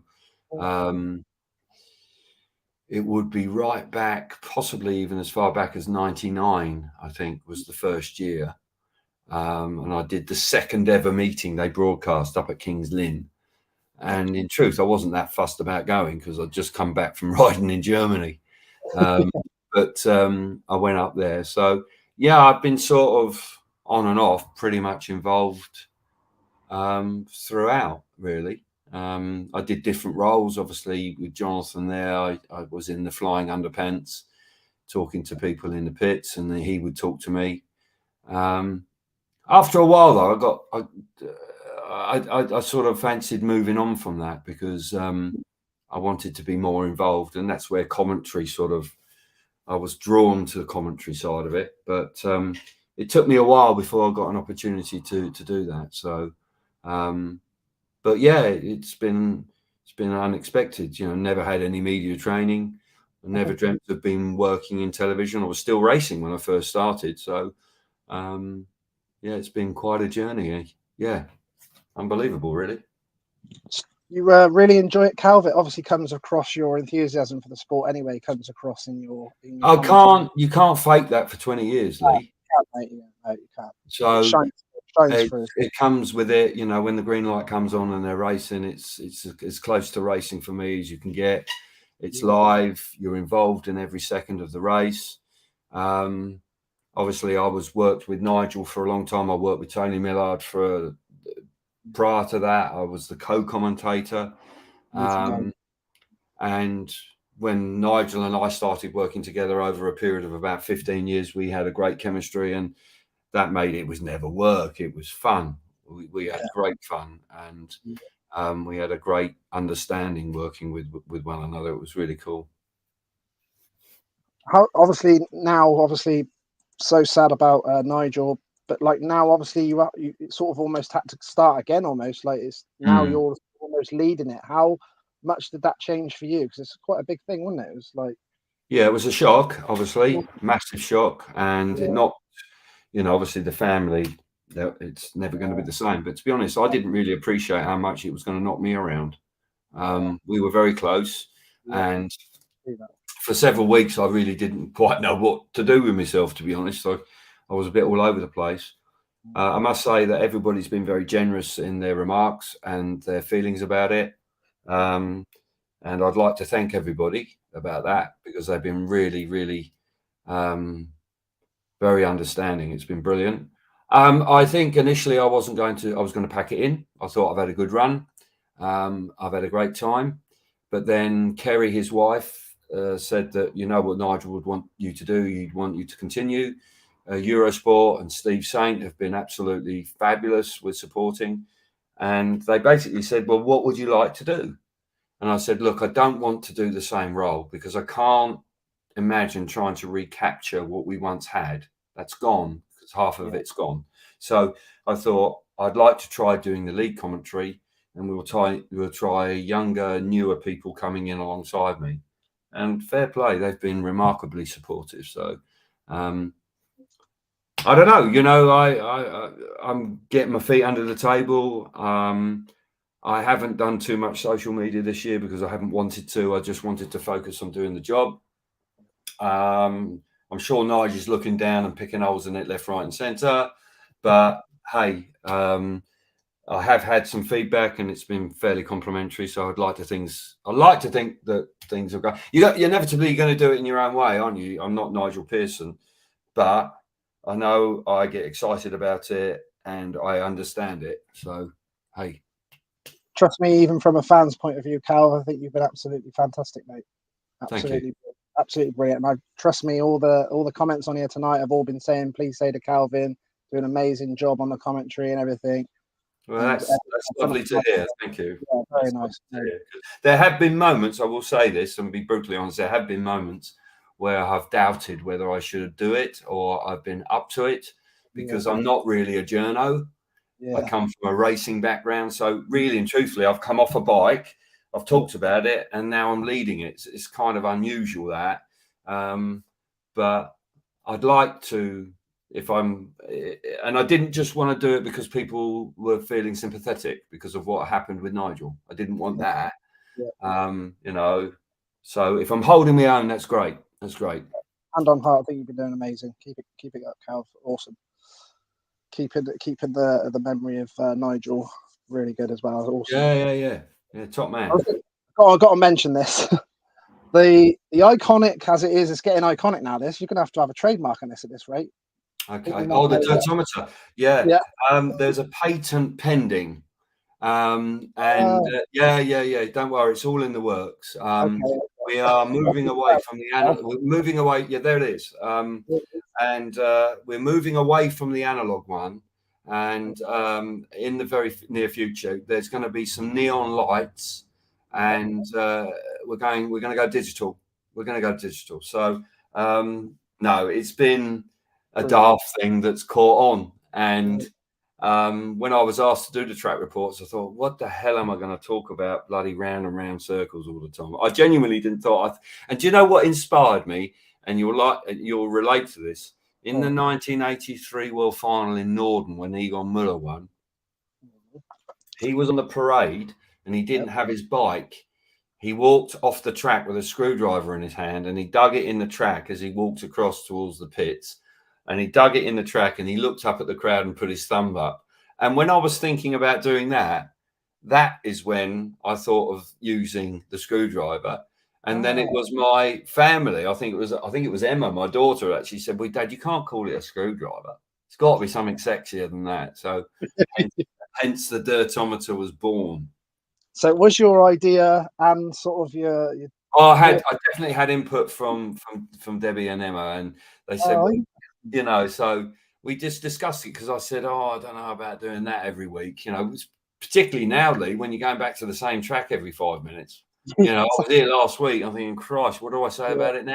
You know, so the Dirtometer has arrived and it appears, and I get it when I turn up. You got it? You got it here? Have you got it with you? What do you mean? The Dirtometer. It's literally turned into a thing now, though, hasn't it? It's mad. Unbelievable. And also as well, obviously I've got to mention this. Loads of people saying, ask him about the Dirtometer. How did it come about? Ask him about the one-liners. Like, I know you just say it from the heart and just say what you're thinking. They're like absolute classics. Proper Speedway, top draw stuff. That's fantastic, isn't it? You've just got to love that. Oh, Whoever went it's to the trouble of doing that, I just love it. brilliant. And I don't know how it happened. That was purely just off the cuff, and they've stuck. And it's I just think it's having a few catchphrases like that, using them at the right moment when you've seen a wonderful race and when you've seen something pretty special. It's just cool to be able to just say, you know, top draw speedway, proper speedway, speedway from the gods, all that. You know, it's. I don't know why you say it. It's just instinctive, I guess. I just got Lewis Jackson. He also even messaged me saying, "Oh yeah, and don't forget winding it on around the outside too." Yeah, winding on around the outside. Well, you got to do that, haven't you? And you know what does that really mean? But hey, people at home seem to get it. So we know exactly what you mean. Oh, it's absolutely brilliant. Keep it going, Cal. Keep it going. Love it. As I told you, I nearly stole a few of your lines at my motocross meeting on the commentary. I was doing that. Yeah. Obviously, there would have been an invoice and there'd been some sort of transaction, but I'm sure we can come to an arrangement, Lee. Okay, no worries. Especially if you're there riding, I can obviously pull them out. Well, of course you can. Yeah, you'd be welcome to give them a run. Around the outside and all that. There you go. What riders over the years, Cal, were your favourite to team ride with? Why? I enjoyed riding with Ricky at Coventry.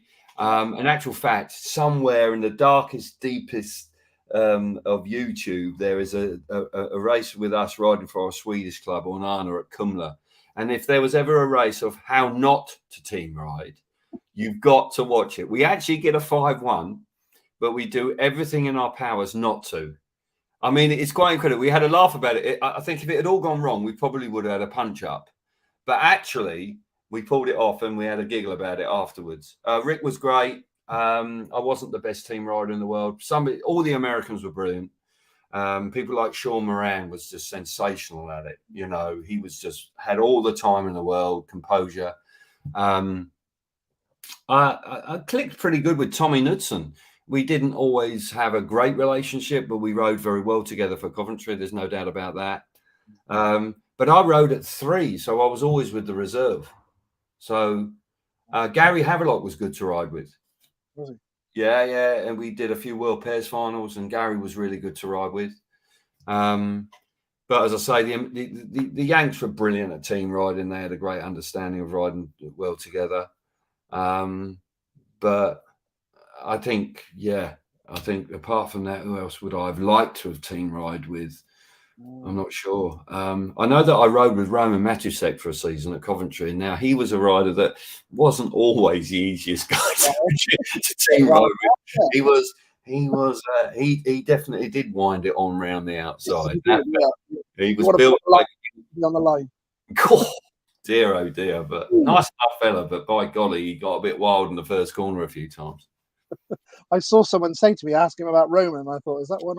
Roman Matusek, he came in when Tommy was injured, and he came in '89. I remember Mick Bell telling me, "Oh, I'm going to put him at number 2 with you," and I said, "Are you really? Are you sure you really want to do that, Mick?" No, I'm not so sure about that. I never made such good starts in my life. I mean, by golly. But actually, he was all right. He was all right. And he was so strong. If he was out of control, he'd still hang on to it. I mean, like, he was like a bull of a man. I mean, like, looking at him when he took his shirt off in the changing room, I mean, he was just V-shaped. I mean, it was just incredible.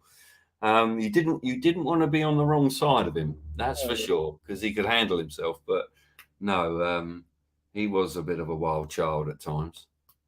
All the guys have been, when we were talking about that, I was just seeing loads of comments coming down. There we go. Look, jet propelled. Okay. Half these I don't even know I'm saying. Speedway from the gods. Speedway from the gods. Yeah. Well, the first time I used that was in 2013 at the Grand Prix in Bydgoszcz. And the 2 semi-finals, you had riders like Holder, Ward, Wimbeldon, Saifutinov. And there was a race there that was just extraordinary. It was a brilliant track anyway. The lineup it'd never been better.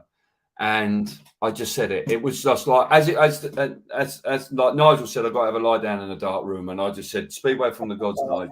Unbelievable race, So it's not something you can use too often, but it was very, very. It just nailed it at that time, and very lucky to have said it at the right moment. Both of the two of you, I remember. I wish I could have been there when I was at home watching it on the TV. The one where Harris won. Oh my god! Oh, Unbelievable! Unbelievable! Yeah. It's gone Wow. very dark, so I'll turn the light on. That's better. There you go. I'm back. He's back. He's back. Even Mr. Norris has gone better than the rubbish I came out with. Well, Dave had his moments. Yeah. I think he said something about the Prime Minister one night. Something about somebody should be Prime Minister, and that went down quite well. But I haven't seen Dave for years. But thanks for getting in touch, Dave. Good man. Yeah.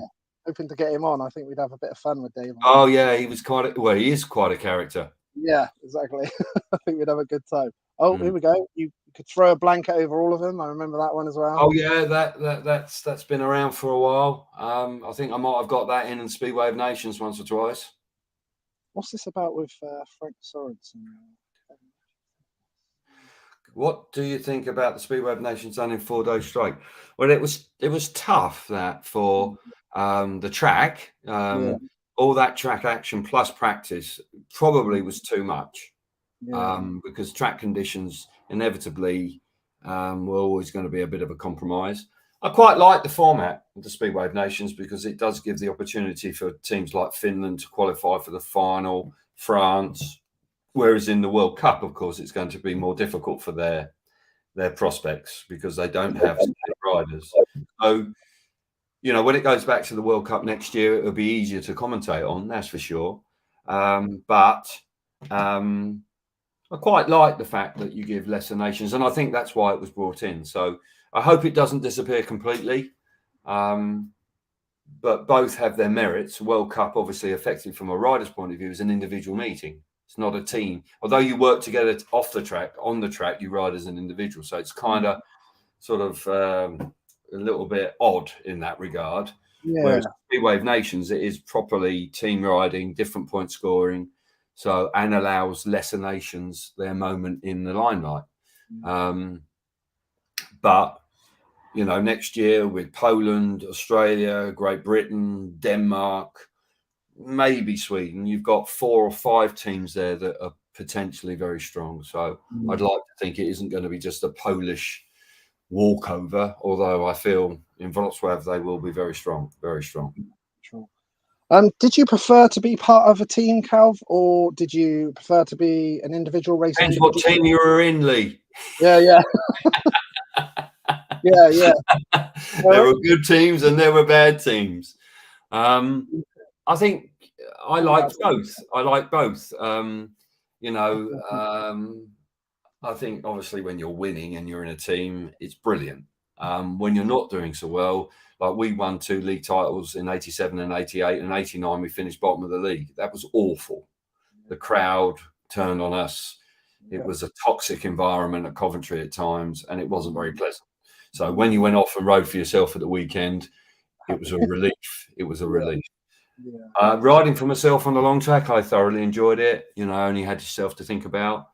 But I can never forget those days. I won 4 league titles in Sweden. I can never forget those times doing it with other people. It was very good, very special. So they each have their merits. I think if you win a world championship for yourself, I think that itself is probably the best achievement you do as a rider. But winning league titles and doing something special with your teammates is a very close second. Here we go. Dave's come back on. Steve Johnson said, "Vote Norris for Prime Minister. Great days. Miss it, Dean." There we go. That's it. I think Dave was riding in the meeting or something. He may have done an interview or something and said something fairly forthright, which Dave was probably pretty good at it. But love it. That was a really quite a cool moment actually on commentary with Steve. Talking about Prime Minister, Calv, I reckon we could put you forward for this, can we? Yeah, I'll have a go. We want 1 or 2 new stadiums here and there. We need a slightly improved TV contract so we get a little bit more money floating into the sport. I'm sure that will be a vote catcher I'm sure I'll get in with a landslide. Someone's just mentioned that as well. I was just about to bring that up about Berwick. Oh, I yeah. know you have a story about your Berwick time. Yeah, well, Too Good to Be True comes to mind. Mm. Such a shame for the people up there because they were sold. We were all sold. The three of us there were all sold something that was just a con. Mm. And the people I feel, we were all owed money, and I don't need to go on about that. But the people that were really hurt were the local people than the fans, because they suddenly had this international team, and they were like, it was like manna from heaven. This little club in the middle of nowhere was competing with the best teams in the land, and we had a really good team. And suddenly it just went pop, and Terry Linden drove off into the sunset, and he left us high and dry, which was very sad. So, as I say, those people up there, I mean, that he let them down very badly. I think all British Speedway. Obviously, I've always been a Swindon fan. My dad and my uncle rode Swindon. I've lived and breathed Swindon, but even I was excited about that team for Berwick with Jimmy. Yeah, well, those three of us there, plus we had Michael Blixt. Exactly, yeah. And we had Davey Blackburn. What was the lad's name? Robson, not Scott, was it? Stuart Robson. Yeah, we had a really good team. Yeah. And as I say, it was a great shame that it all went rather sour. And a season that I look back with very fond memories in the regard that I met a lot of good people up there and good friends. But obviously, it left a very bitter taste in the mouth regarding being ripped off by the promoter. You had a short little spell with Peterborough as well. Did you enjoy your time there? That was disaster, and I've apologised about this before. To be honest, I was world long track champion. I hadn't decided to ride in England, and I got persuaded by Peter Oakes to come back. And in truth, I never really got myself organised. I tried as hard as I could, but I underperformed for Peterborough really over the course of the season. It's a shame because I like the track and the East of England showground, but I think in hindsight I should have sort of said no. But I think I just sort of thought, no, okay, I'll have a go, but I was I just couldn't quite get it. Was funny missing the start of the season and coming in a month or 6 weeks late. It was weird. And also I had all my bikes and a van and equipment in Germany, and then I had to, it was very difficult to get set up, and shame, there we are. But these things are sent to test us at times. This is how popular you are, Calvin. Got this last time I had sort of these sort of amounts of people online and commenting was when I had Eric Gunderson and Bruce Pennell on together. Right. You're definitely everyone's loving you on tonight, so that's brilliant. Okay, well, that's kind of them. Yeah, very nice. Hair Arena, how about that? Hair Arena. I think maybe Hair Arena need to do something for me. Because, wow, that must have been something to do with Matt Ford. Surely it must have done, because that looks like a pool jacket. Is it a pool race? Yeah, I didn't even realise you had a little spell at pool. I did about 10 meetings at the end of the season for him. It was just coming in again. Probably didn't. You know what? When I'd sort of moved away and then dipping in and out, it didn't work for me so good. Yeah. I wasn't quite on top of my game, and that was a shame. So, but difficult to turn it down when you're being asked to ride, and it's your job. Got a few nice pictures. Yeah, that's in Australia. Now that was a special night. That was Melbourne. John McNeil was the promoter. Wiggy won. It was the last meeting of the tour for me, and I'd had a fantastic time. I mean, place was heaving. It was about 600 meters of track. It was like a long track. Wow. What a night that was. Brilliant stuff. Yeah, Wiggy loved it. Wiggy loved that as well. Oh, he was brilliant. He passed Hans from the back that night, and you can see that somewhere. You can get it, and it was a brilliant night. I remember getting there, and I went home fairly shortly after that, and I'd had a fantastic tour. But no, it was a great night at Speedway. That. I spotted this here. I was laughing. Okay. Yeah. Now there's a combination. There's a combination. Oh, Alan. Not sure what happened there. What are you doing? I'm not sure that's right. I think there's an impersonator. Where is that? Is that immediately? It's got to be at Swindon, I would imagine. Looks like Swindon because there's Bob Jones there right next to right. Okay. The mechanic. Okay. I think that was the first time Roscoe ever made a start. Yes, that's true. That's very true. Gotta love Alan. You gotta love Roscoe. So obviously the book. Yep. You've actually got a couple of books, haven't you? Yeah, I got two. We got volume 1. The volume 1 obviously is pretty in depth on lots of different subjects, from speedway, long track, telly, family, autism, all sorts of things. What I thought, working with people like Ivan Major, Barry Briggs. The second book is more about riding with people. We did actually a lot of stuff about indoor meetings. There was enough stuff left over after the first book, which would have done a half a book. And then when COVID continues, we decided, because this all happened in the pandemic when we had time. No, I'm proud of that book. I'm pleased that we managed to do it. What's the situation with this, Cal? Can you still get these books? Yeah, you can actually. There's going to be a book signing down in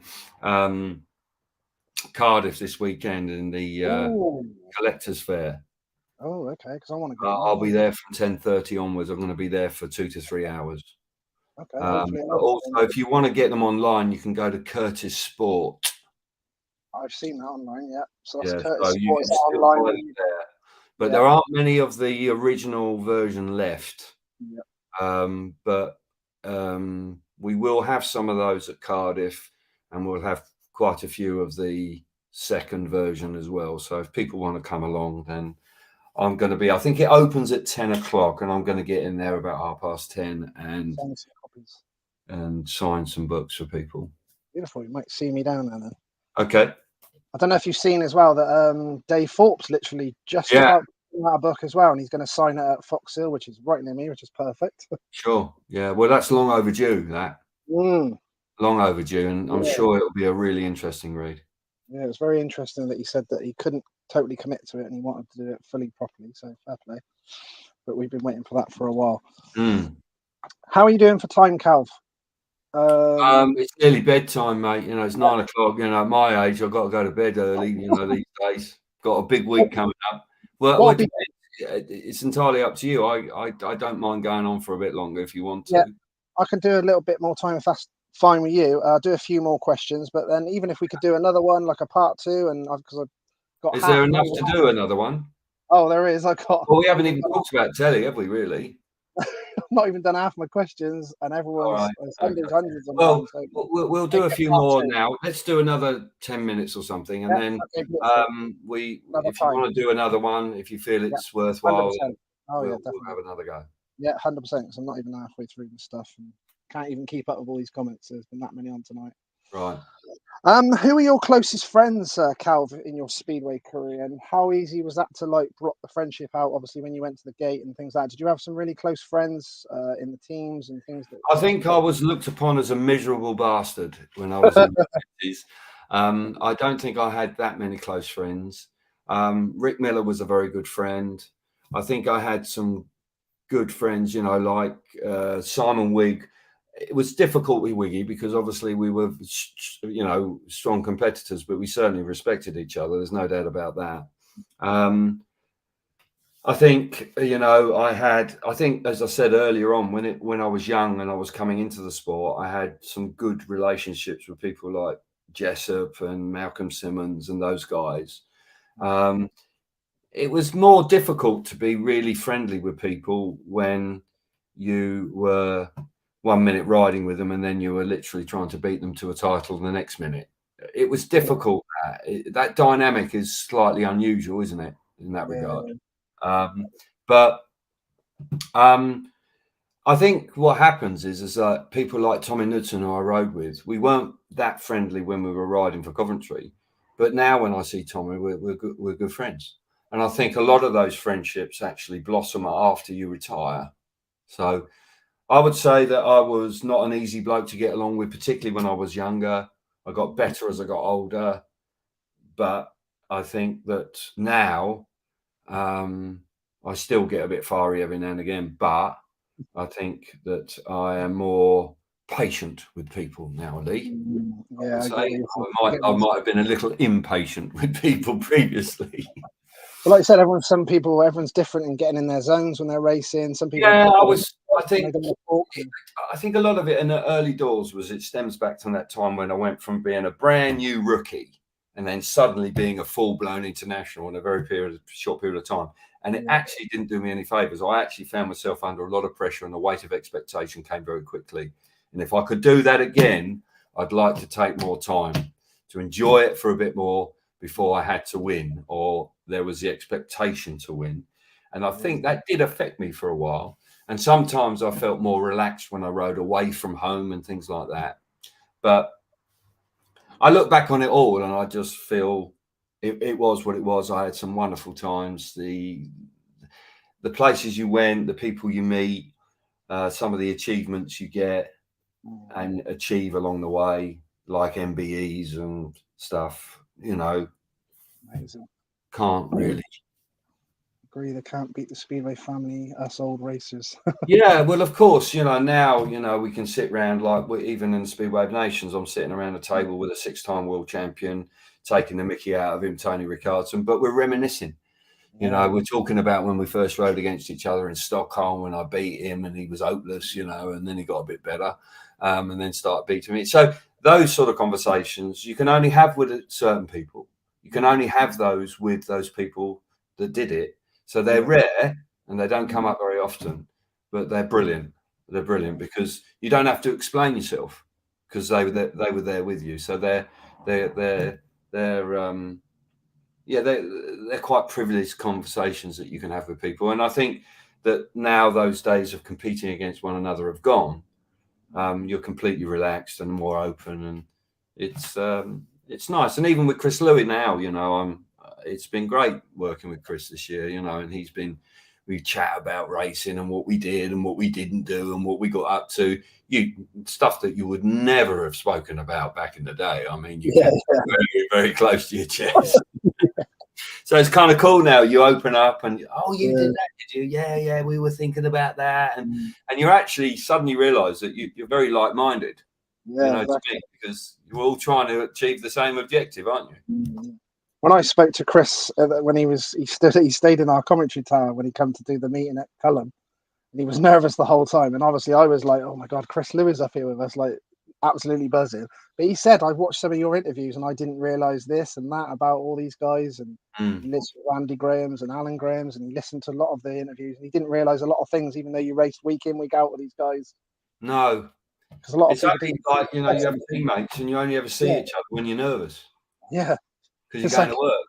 You very rarely you sat, and then when, people like Johnny Jorgensen, I remember David Barge, the Kiwi fella, I rode with him for several seasons. I think I saw him in New Plymouth at a long track meeting when I was riding out there. And I think he said he was really chatty, and we spoke for about half an hour, and it was we had a longer conversation there than I'd done in 2 years of knowing him riding for Coventry, because we hardly said boo to a goose, but it just shows you how, times moved on, and it was really good to catch up. Were there any British teams that you nearly signed for? There was a strong rumour about me going to Cradley at one point, but that never materialised. I was asked to go to, I certainly was offered the opportunity to go to Oxford. When I moved away from Wimbledon, I had five teams that I could have gone to: Swindon, Oxford, Wolverhampton, one in the north, and Coventry. And I went to Coventry. Half the team from Wimbledon, because Wimbledon went down a league, they went to Swindon. People like Ari Koponen, Malcolm Simmons, they all ended up at Swindon that next year. Yeah. And I ended up going to Coventry. But after that, I would like to have ridden for Bellevue if I'd had the chance. I was pleased to ride for Bradford. If I was riding now, I'd like to have a go at riding at Glasgow. I think it's a really cool track. Yeah. Cool track. Really good racetrack, and what the Facenas have done up there is brilliant. So yeah, you know, but so we did get close to you then at Swindon. Then it was on the. I definitely there was on the. But after that, I never really had any contact with Swindon. I was pretty settled there, and then of course, I wasn't good enough for Swindon. That was what it was. I just didn't match up. I think your standards were just too highly. I'd love to see you at Swindon. What about the test match days? Because I do miss them when we did the Swindon, England, Denmark, obviously, USA was always very good, wasn't it? Even your debut was a test match. Yeah, they were really big nights, weren't they? You know, terrific atmosphere. I think, you know, when the Grand Prix came in, it kind of knocked that sideways, didn't it? With the calendar became busy. And I don't know if you'll recapture it now. I don't know, you know. I think they are trying to do a few. They've done one. Did they do one up in Glasgow? I think they might have done one up in Glasgow, a test match, but they didn't get all the riders. That's right. Yeah. But I just think that I think maybe every now and again, but at that time, you know, there was more opportunities because you didn't have Poland, you didn't have the Grand Prix. So there was more opportunity on the calendar for those extra meetings to be slotted in. And they had a very high profile. But I don't think now I don't know if you can recapture that now, Lee, you know, by turning the clock back. I'm not sure. But they were great nights, no doubt about it. Before I let you go, I'll just ask a couple more. I've literally, you wouldn't believe I haven't even got halfway through my questions. Really? This is how the problem happens. I ended up with 3 hours with Hans, 3 hours with Eric Gunderson. It gets a bit out of hand. Well, we're going to have to do part two, aren't we? We need a part two. We need 100% need a part two. If I had to push you and say, who would you say were the 3 best riders that you ever competed against in your career? Who would you say? Why? You literally rode every... See, I spanned quite an era because obviously I rode against Ollie Olsen. Yeah. In his last year, because he retired in '83, and that was my first season. And I remember being behind him and thinking, this old bloke's in my way. But he was so clever. I mean, everywhere I went, he went. So he was pretty spectacular. I rode against Ivan. That was fantastic. Repeat the question again, please. If I had to push you and pick a top 3 of the best riders you've ever ridden against in your career. Well, I would say obviously you got to look at Hans Nielsen. His success, you know, to me, like, he was a very difficult man to beat, and he didn't just do it in one place. I mean, it didn't matter whether you were in Timbuktu, Hans was going to be a tough man to beat. He was always tough to beat. I think on the long track scene, I have to mention this because it's not Speedway, but Gerd Riss was very difficult to beat on the long track, and he was my main nemesis, really, to win a world championship. And then I think on the Speedway, I think, you know, obviously I didn't really ride against Tony at his best. I think riding against guys at my time, I think, you know, you've got people like, there were too many really. Yeah, it was. You know, there were too many because you've got people like Sean and Kelly Moran, and then you've got I didn't ride against Bruce, actually. Bruce, obviously, he was a part-timer, wasn't he, that bloke? You know, he only won 2 world championships and then packed it in. I mean, then he's saying, because Hollywood came calling. Can you, the West or Hollywood, come on. What are you going to do? But there were some sensational riders around, so it's very difficult. So we've got 2. Yeah. I'll tell you a rider who was really, really, really special was Per Jonsson. He was unbelievable. Yeah. Gary Havelock said that as well the first time I spoke to him about it. He said about Perry Johnson. Yeah, Perry Johnson was a special rider, and unfortunately, what happened to him. But there's no doubt that he was a bit extra special. I had a good interview with him. It was funny because he kept swearing, and Amanda Castagna come on live and said, "Tell Per to stop swearing." Really, It was funny. Yeah, yeah, he was great. quite a stoic character when he was riding, but by golly, he was like a beanpole of a bloke, wasn't he? But by golly, he could ride. Yeah.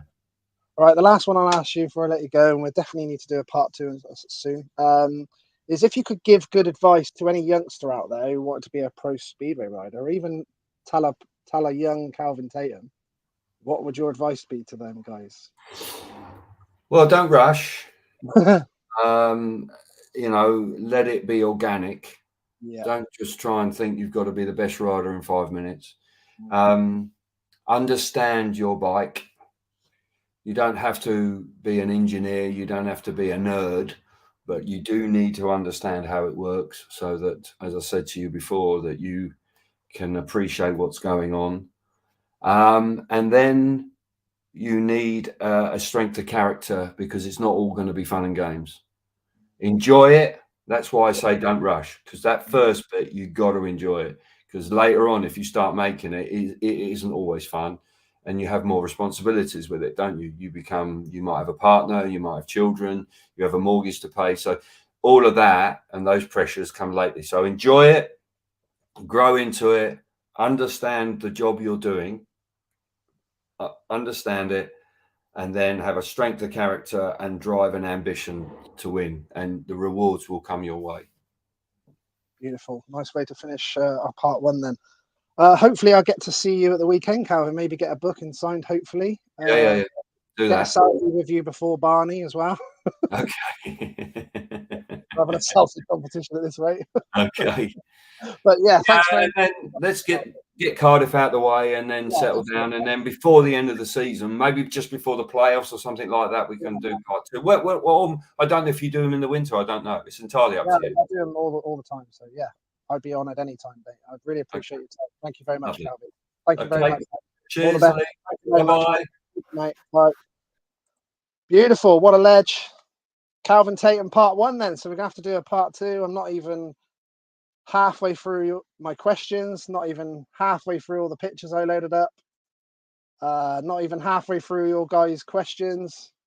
Sorry, I get engaged with the guests and get engaged with Calv, really interested in listening, and then you're trying to in my right eye trying to keep an eye on your questions and trying to get them in when I can, plus I'm trying to keep an eye on my phone and do my questions as well if you guys haven't asked the ones I wanted to get asked, but there's so many more we can ask Calv, so hopefully sounds that he's all good for a part 2. So I've had to do that a few times, so I know he's a busy chap and he's got a lot coming on for this weekend. Obviously he's got a lot on his hands with the Cardiff this weekend, so it sounds like he's doing some book signings as well. Wouldn't mind one of them myself as well, so it might hopefully I can beat Barney down to the table and get a selfie with Calv. I don't know if there's no beating Barney with that. Not only, plus he's a legend. Anyone's going to be honoured to have a selfie with him, aren't they? You can just walk up to anyone, Barney, and they're like, "Oh, Barney." They're going to be loving it at the weekend. Absolute nightmare from Swindon. They've literally they're having the strikes, obviously, as we all know, with the trains, and literally it's an hour train from Swindon to Cardiff, which is perfect. And now there's literally no trains on Saturday at all. Very awkward. So not sure what we're doing yet. Me and Kev. Nice, Barney. Thanks for coming on as well, Barney. Don't make me nervous when you come on. That makes me nervous when you legends come on and watching. Jesus. Hope you have forgiven me for some of the partners I've teamed up with. Great times. Oh, Mick Bow as well was on. Damn, I didn't get to see that. Hope you're good, Mick. Loved it when you was at Swindon. Great team manager as well. Oh, I could have quoted that. I'll actually take a picture of that, Mick, because I'll send that to Cal that you no problem. Whoever that is, thank you very much. Thanks for coming on, you guys. There was loads on tonight. Amazing. Everyone was interested in the Kelvin one. Hopefully everyone's as interested tomorrow night with the main man, Mr. Chris Morton, as well, another MBE. Be really interesting tomorrow night with Chris Morton. I've already done a part one, bit like Calv. I actually had an hour last time with Chris, so I think I've got an hour and a half or an hour and a half Chris said he can do tomorrow night. So that's 7:30 p.m. tomorrow night with live with Chris Morton, and then Thursday night we'll have some fun as well with Gary Avalok. Will be live from 8 p.m. UK time. So we should have some fun this week. It's going to be busy next couple of nights. This will be recorded, so any of the guys out there, you can. I will share it all out on the social media. Would appreciate you guys sharing any posts or anything so people can get to see it. You can just go on my YouTube channel, free. You can subscribe. It'd be really nice as well. You can check out. There's hundreds of interviews on my YouTube channel, so check it out. So many legends, including Barney, that's been on tonight. I'll just run through some Speedway ones for you. Look, Lance King with a guest coming on with Bruce Pennell, came on with the Lance King one. John Davis has done 2 amazing lives that they were absolute comedy gold. Brian Carger, Barney Kennett, you've seen on tonight. Jan Anderson, Alan Graham, which obviously, God bless him. Oh, there's also a meeting soon at Birmingham, I believe, in memory of Alan Graham. So I know that's soon at the beginning of March. Hoping to go down there. Spoke to Jill Graham, Andy Graham's missus, and hoping to go down there. So Alan Graham, which is amazing to have that for everyone to see as well. Sean McConnell, Mikael Max, Samra Milenko, Ollie Olsen did twice as well because he had a bit of a problem with his internet the first time, so we did 2 parts. Peter Coulson, Luke Becker, Bradley Wilson-Dean, Darcy Ward, that was a really cool one. Joe Screen, Jeremy Doncaster with Chris Louis, Greg Hancock, that was an amazing couple of hours. Lawrence Hare, that was great. Paco Castagna was amazing. I shocked him by surprising him with 10 times world motocross champion Stefan Everts come on during the interview, so that was an amazing reaction. Definitely check out Paco's reaction. Alf Busk, Chris Holder, Alan Carter, obviously you would know that's Kenny Carter's brother. Bruce Pennell and Eric Gunderson together. Did a Christmas special of John Davis, Dennis Sagalos, Neil Middleditch, and the Cobra himself, the Gladiator. Who else? Per Jonsson, that was amazing. Just mentioned it to Cal that it was so funny when Per was swearing and Amanda Castagna come on and told him to stop swearing. Hoping to meet Amanda Castagna as well at the GP, so really looking forward to that. Eric Gunderson did 3 hours with Eric. That was hilarious because we had this great banter about that Hans Nielsen had done a 3-hour live and it was a crazy marathon. But you could just see how quickly 2 hours went by tonight. That's as easy as it happens. And Hans did 3 hours with me live, which is on here as well. So you definitely check that out. And Eric was laughing, saying, "There's no way I'm doing 3 hours." And then you'll see on there 3 hours later, we did a 3 hours. So that was unbelievable. Chris Morton, the first one I did with Chris Morton's on here. Ollie Allen, Simon Cross. I spoke to Crossy as well, who come on tonight. We're going to get him again as well before the end of the year. He said that he's getting this new internet installed because he was in France and he's what do we want to call it? So should we say chateau? But his internet wasn't very good. So next time we're hoping to do it, but you can check that one out as well. Did that with Crossy, we persevered with it. Did a really cool one, Paul Hurry, John Davis, look, the first one I said, Mark Laram, that was really a cool hour and a half there with him. Rocket Ronnie Corrie. Andy Graham was my first live on the Speedway, and then the ones I did before the lives that we can do with the fans were Skype ones where you just obviously record it. I did Todd Wiltshire. Martin Slominski was a cool one because he showed us all around his workshop. Martin Dugard, Bomber Harris, Scott Nichols. I did 2 parts with Scott Nichols. We had a bit of fun with the old flowery shirts and all that. Gary Havelock, I did a Skype with him, so I'm really looking forward to the live one with the fans on Thursday. Great character. I had a great crack with him on the Skype. That was amazing. I did two parts on the Skype video of Hans Nielsen as well. Did one with my hero as well, Lee Adams. Did an hour with him when he got up really early for me to do a Skype interview. That was really cool. Bruce Pennell did the Skype with. Alan Rossiter did a cool one with Jason Crump. And yeah, you can check all them out. Like I said, YouTube channel, Motocross and Speedway Memories. Just trying to bring it up there. There you go. Looks it's saying that I'm on live Little Kelv right now. That's what it looks like. Let's see if I can get it up there. Motocross and Speedway Memories. Just check that out. Like I said, you can subscribe for free. Come on there with the lives. Plus, they're recorded. I know all you guys and girls are all busy out there all the time, so it's pretty cool that you can go and watch these anytime in your own time, sort of thing.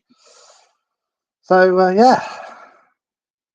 Hopefully I get to meet a lot of people that I speak to online, get to speak to so many people online, and I'm not bad with memory, actually. They might beg to differ, but it depends what it's about. If it's about bikes and stuff, the memory becomes much better. But yeah, like if we've had chats on social media, like I speak to most people on Twitter, Instagram, I'm even on TikTok now. And can you believe I put a video up of some Husqvarnas at the British Grand Prix at Motocross, and I looked at it, and I've literally just started it, and there was 260,000 views of this video. I was like, I'm not sure what I've done. If I hashtagged wow or whatever it is, I'm not sure. I couldn't believe it. So yeah, I'm on TikTok now as well. But yeah, I speak to a lot of people on social media and have a lot of good chats with a lot of nice people that I've never met. So hopefully get to meet a lot of people at Cardiff. Like I said, it's only the second time I've ever been there, which is crazy really when I only live in Swindon. But so I'm really looking forward to it. My man Kevin Wheeler, who does my partner with all my motocross stuff we do in the meetings and stuff, he amazingly got me a ticket for my birthday back in February. So buzzing to go. Hello Ben, how's it going, buddy? Are you doing a Chris Louis part 2? Are you going to do another one with Thorpe with his book come out? Yes, I would love to do another one with Dave Thorpe, Ben. So that is definitely be on the cards. And like you said about the book, 100% I'm going to speak to Chris on his own as well. And I want to do one with Jeremy Doncaster on his own. It's very difficult, quite difficult when there's two of them together. I did do Eric Gunderson and Pennell together, which was amazing as well. But it is easier to do them on their own. I did speak to Chris when he came to my meeting in April, and I was absolutely buzzing that he was just in my commentary tower thing with us. And just like I said to Kevin, I was like, oh my God, I was freaking out because I'm like really enjoying the meeting, doing the commentary, and I sort of come out of my shell when I do that, like I do in this spare room. And yeah, I was just like, Chris Louis was in there all day with me, and I was just so excited. And then I had like Barney Kennett turn up to the meeting, and then there was even a motocross Paul Cooper, 4 times British champion motocross Paul Cooper turned up and come up into the commentary tower. And it's just like really exciting. It's too exciting for me. I've been into hiding ever since. Thanks, Kev. How's it going? Hope Martin's good. The top motocross lad, Martin Edgell, Kev's brother. Kev always used to be at the motocross. Yes, thanks, mate. He was amazing, wasn't he? Thought it'd be good. Calvin's always very professional, as we know, with his commentating, and he's very good talking with the details and everything. So definitely need to do a part 2. And like I said, didn't get halfway through the questions. Trust me, I've got hundreds and hundreds and hundreds of photos I didn't show him. Literally hundreds of them. So we definitely got well, that was. Thanks, man. Thanks for today as well. She knows. Don't park in the multi-story car, but chaos to get out. Oh, thanks for that, Sarah. Yeah, because I'm not sure what we're doing. Like I said, we've got to sort out how we're getting there now. And I was intended to come in, which I don't really do anytime, anywhere or anywhere, or do anything. But I was coming to have a good mingle and try and meet people that I've speak to online, have not got to meet, and have a few drinks, which is something for me. Thanks, Joe. How's it going, buddy? Plenty of love for the Broadbank family, another family of with the Speedway legend, Mr. Broadbank at Swindon, with my uncle and the Bob Kilbys, even the Ashbys. So we got to keep getting it loud and proud out there. Save our Abbey Stadium's Swindon Robins. Look, we've got to keep getting that out there. Hopefully get some answers from the Gaming International, I think they called, or Mr. Osborne, as it were. Got to keep banging the drum of that. Hopefully get some some sort of solid news of what's going on with the stadium. Hey Gary, thanks for coming on. Yeah, he was great, wasn't he? Tuesday night. Awesome, thanks Jason. Glad you enjoyed it. I really enjoyed it. Top man. Yes, definitely bring on part 2. I think that was a bit like the to be fair, there's so many of the guys that a lot of people have said we need a part 2. We could do the part 2 with Barney, couldn't we? Don't know if he's still on.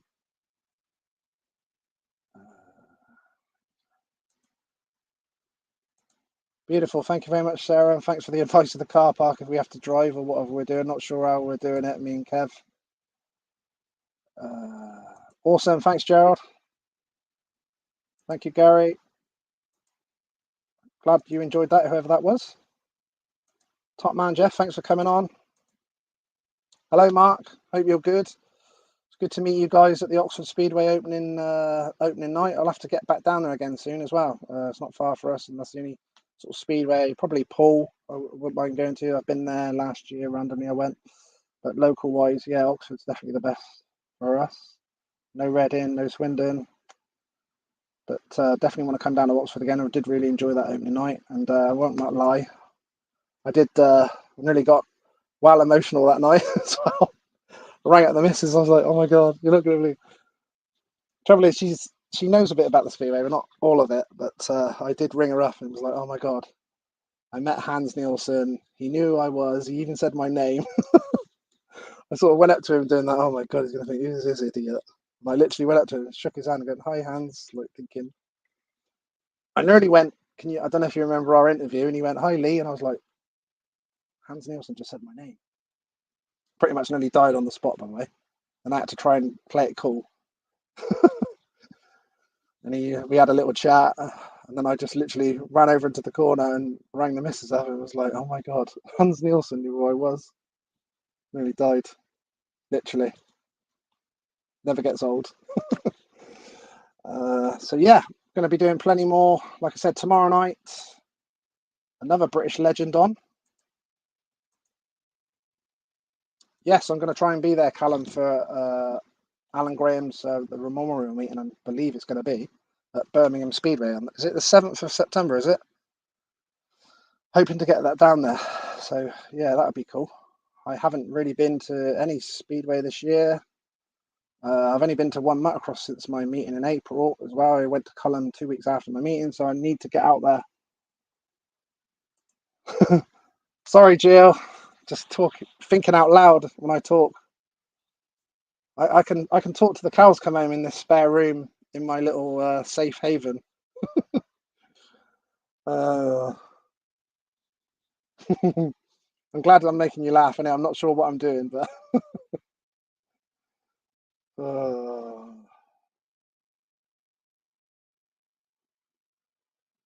Steve, great show tonight. I'm not sure what that is, Steve. What is that? Probably being a bit thicker, yeah? Support the channel. Not sure what that is, but you'll have to let me know what that is. Coming on tomorrow night, Kev? Did you say you're going to come around Friday to, that's the man. He was obviously, I have to get that out there, Kev, that you were officially the worst football referee in Wiltshire. Because I can't be fined now that my 17, 18 years of football managing in the Wilts Leagues and the Hellenic Leagues is over. So I can now not get fined on tab by the Wilts FA. That Kevin Barnett was officially the worst referee to come out of Swindon, bar none. I'm kidding, Kev. You were the second worst.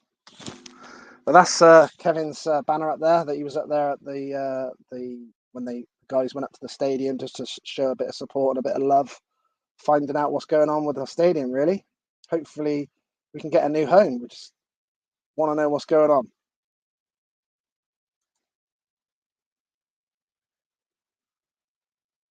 Okay, cool. No problem. So he's going to come Friday and get that, because I think he's taken the flag with him to Cardiff. So look out for that on TV if you're there.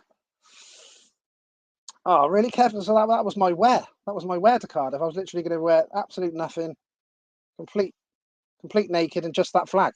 Thought it just, whether it was bad advertisement or not, it could be a bit of advertisement. I thought I'll just keep streaking everywhere, but just with that flag round me. What do you reckon?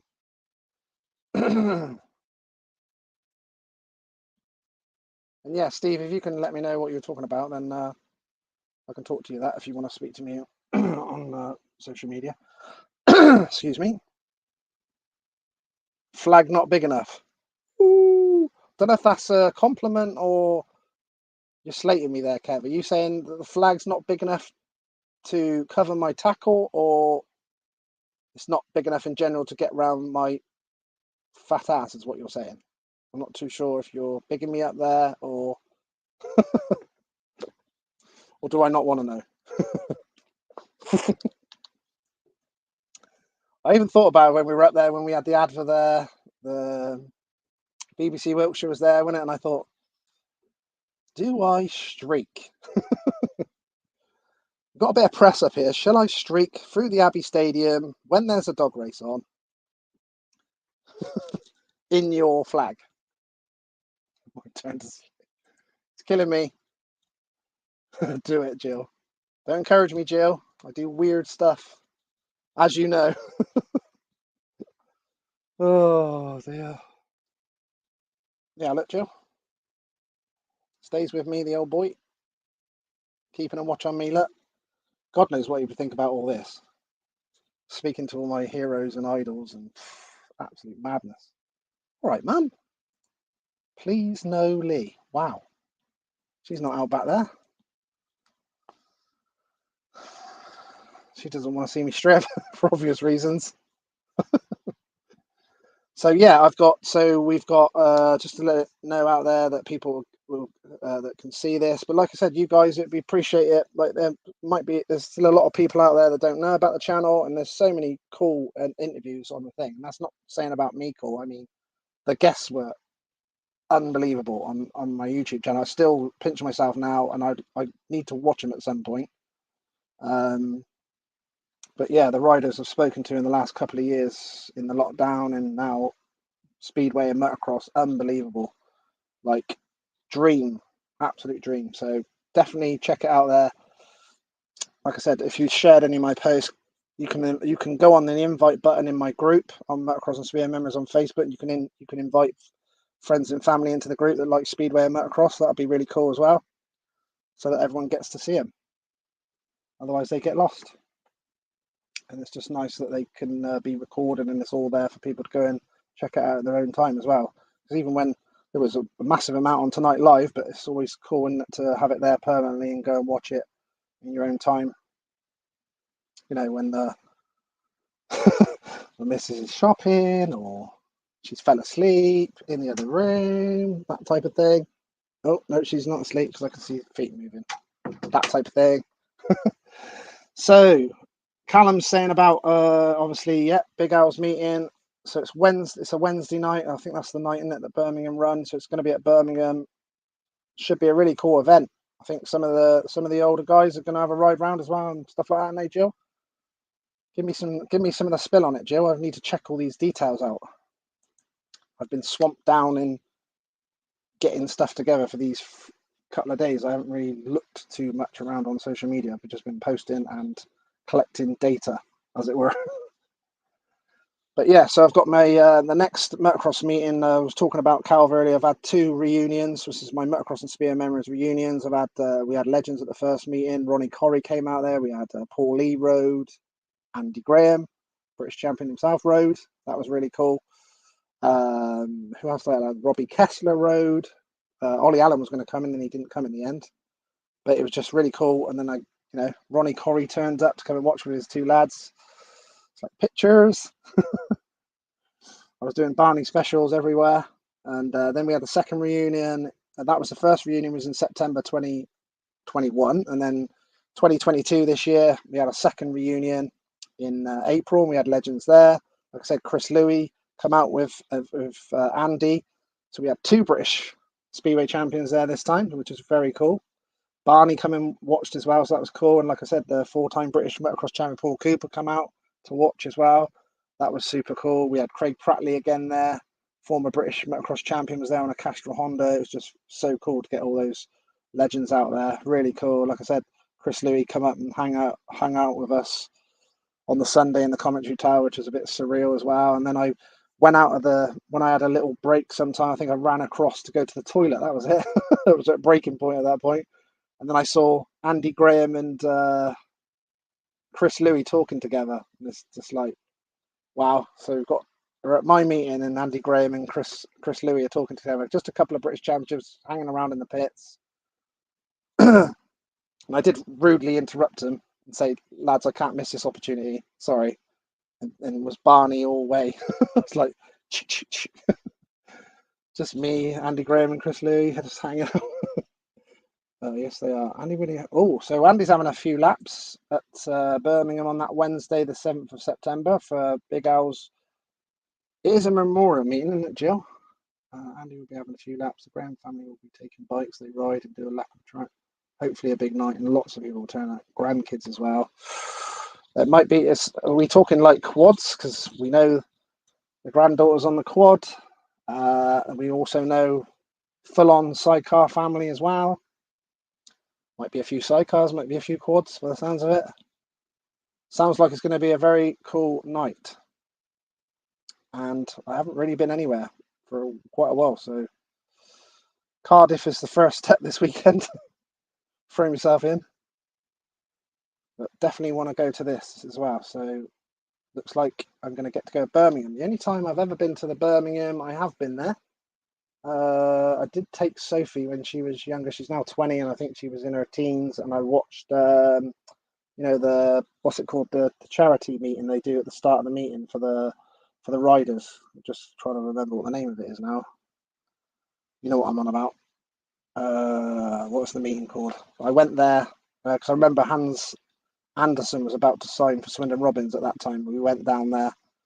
And we watched that first meeting of the year. So I have actually been to the Birmingham Speedway. Oh, yes, little sidecar making an appearance plus. There we go, look. Sidecar making an appearance plus the nephew's in the sidecar. There we go. So there's going to be lots of the Graham family there. So it sounds like it's going to be a really good night. So get yourselves down to Birmingham Speedway on the 7th of September on the Wednesday night. There you go. Callum's wrote the date there, look. Hope he's got that right. Let me just check. Yep. 7th of September is a Wednesday night. So it sounds like you need to get yourselves down there, people. Guys and girls. Should be a beautiful one. Hope to be there myself. Should be good. Probably do a bit of live video in maybe. Maybe get a chat with someone on there. A couple of people to chat. Get me a little mic on my phone. Have a quick chat to a couple of people if possible. Who knows? But get yourselves down there. It sounds like it's going to be a beautiful one. Right, I will leave you. Stop waffling. Got to get the info out. But yeah, we've got it's almost like a brother meeting to the reunion that we got. We've got a new meeting. Motocross and Spear Memories Champion of Champions. A lot of the motocrossers out there will remember that from the 80s and 90s and stuff like that. We're going to bring that meeting back. We're doing that in October. So anyone wants to get involved, we've got 8 groups. We've even got a Twin Shocks group as well. So if any of you guys out there on the old Twin Shock bikes want to book in, get in there. It's all on Go Race that a lot of people should know about now, hopefully. There's you go to Go Race, search it on Google, you'll find it. You can book into our meeting there. It's on the 29th and 30th of October. So a lot of the motocross meetings are out of the way. So we're sort of getting one meeting in there before the winter starts. And it's in Bromsbury and it's in Gloucester. And a very nice track, bit old school, which is cool. Also, another cool niche is where it's obviously a 2-day meeting, 3 races, practice in 3 races each day, Saturday and Sunday, 29th and 30th of October, 2022. But also, we're going to ride the track round both ways. So on the Saturday, we're going to race the track round one way, and then on the Sunday, once it's regraded on the Saturday night, put track back to perfection. Then on the Sunday, we'll race the track around the other way. So it'll be like 2 different meetings, really. So that'd be cool for the riders as well. So that's cool.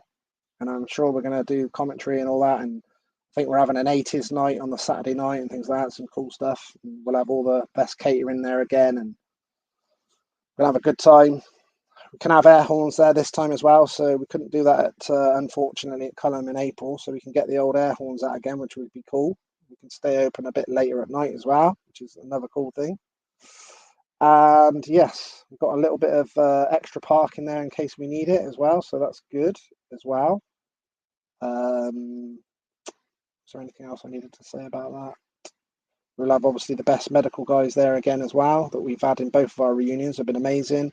And also big shout out to the 33MX guys. They'll be running our meeting motocross wise, and they'll be running the transponders and all that as well, which they do brilliantly.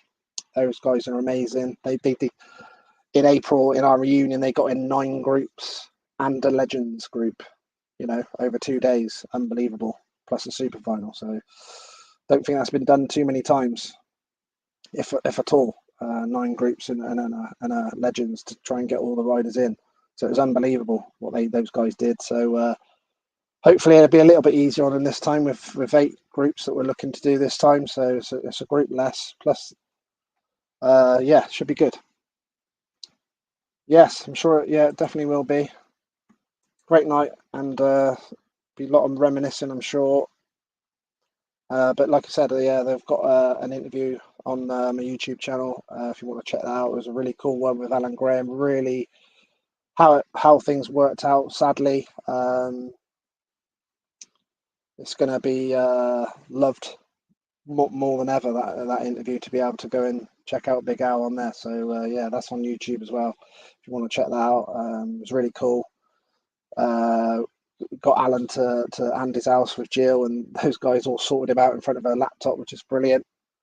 Because I know it's even myself, it's not easy to get on all these mod cons and stuff like that. So it's amazing to get these legends, in front of a laptop and get them on screen and speak to them and everything. And it was a really cool interview as well. So check that out. So yeah, I'll speak to you all soon. Don't forget to be on tomorrow night. We'll get his times right. So tomorrow night I'm going to be on with Chris Morton, 7:30 p.m. UK time. See, there's some people on from New Zealand tonight and someone from Australia as well, which is mega, really cool. So that's Chris Morton tomorrow night, 7:30 p.m. UK time, and then on Thursday night, 8 p.m. UK time with Gary Havelock. So looking forward to both of them. Hopefully a lot of you will join me tomorrow night to see the man, another MBE as well, Mr. Chris Morton, former British champion, World Pairs winner, another proper legend of Speedway, another massive Bellevue legend, as we know. So yeah, should be cool tomorrow night. So hopefully see you all then, and hopefully a lot of you that came on tonight will be on tomorrow night. It will be really good. And there was a massive amount of people on live tonight, which was really cool, and really enjoyed it. And we're going to do a part 2 with Cal, so awesome. So it was out of the top draw. Hey! So we will speak to you tomorrow night. Hopefully see a lot of you tomorrow night. Take care. Good night. God bless. Good night from him, and don't get it wrongly. Dad's saying it's nice to be important, but it's important to be nice. We'll leave it on that. Good night. God bless. Ciao.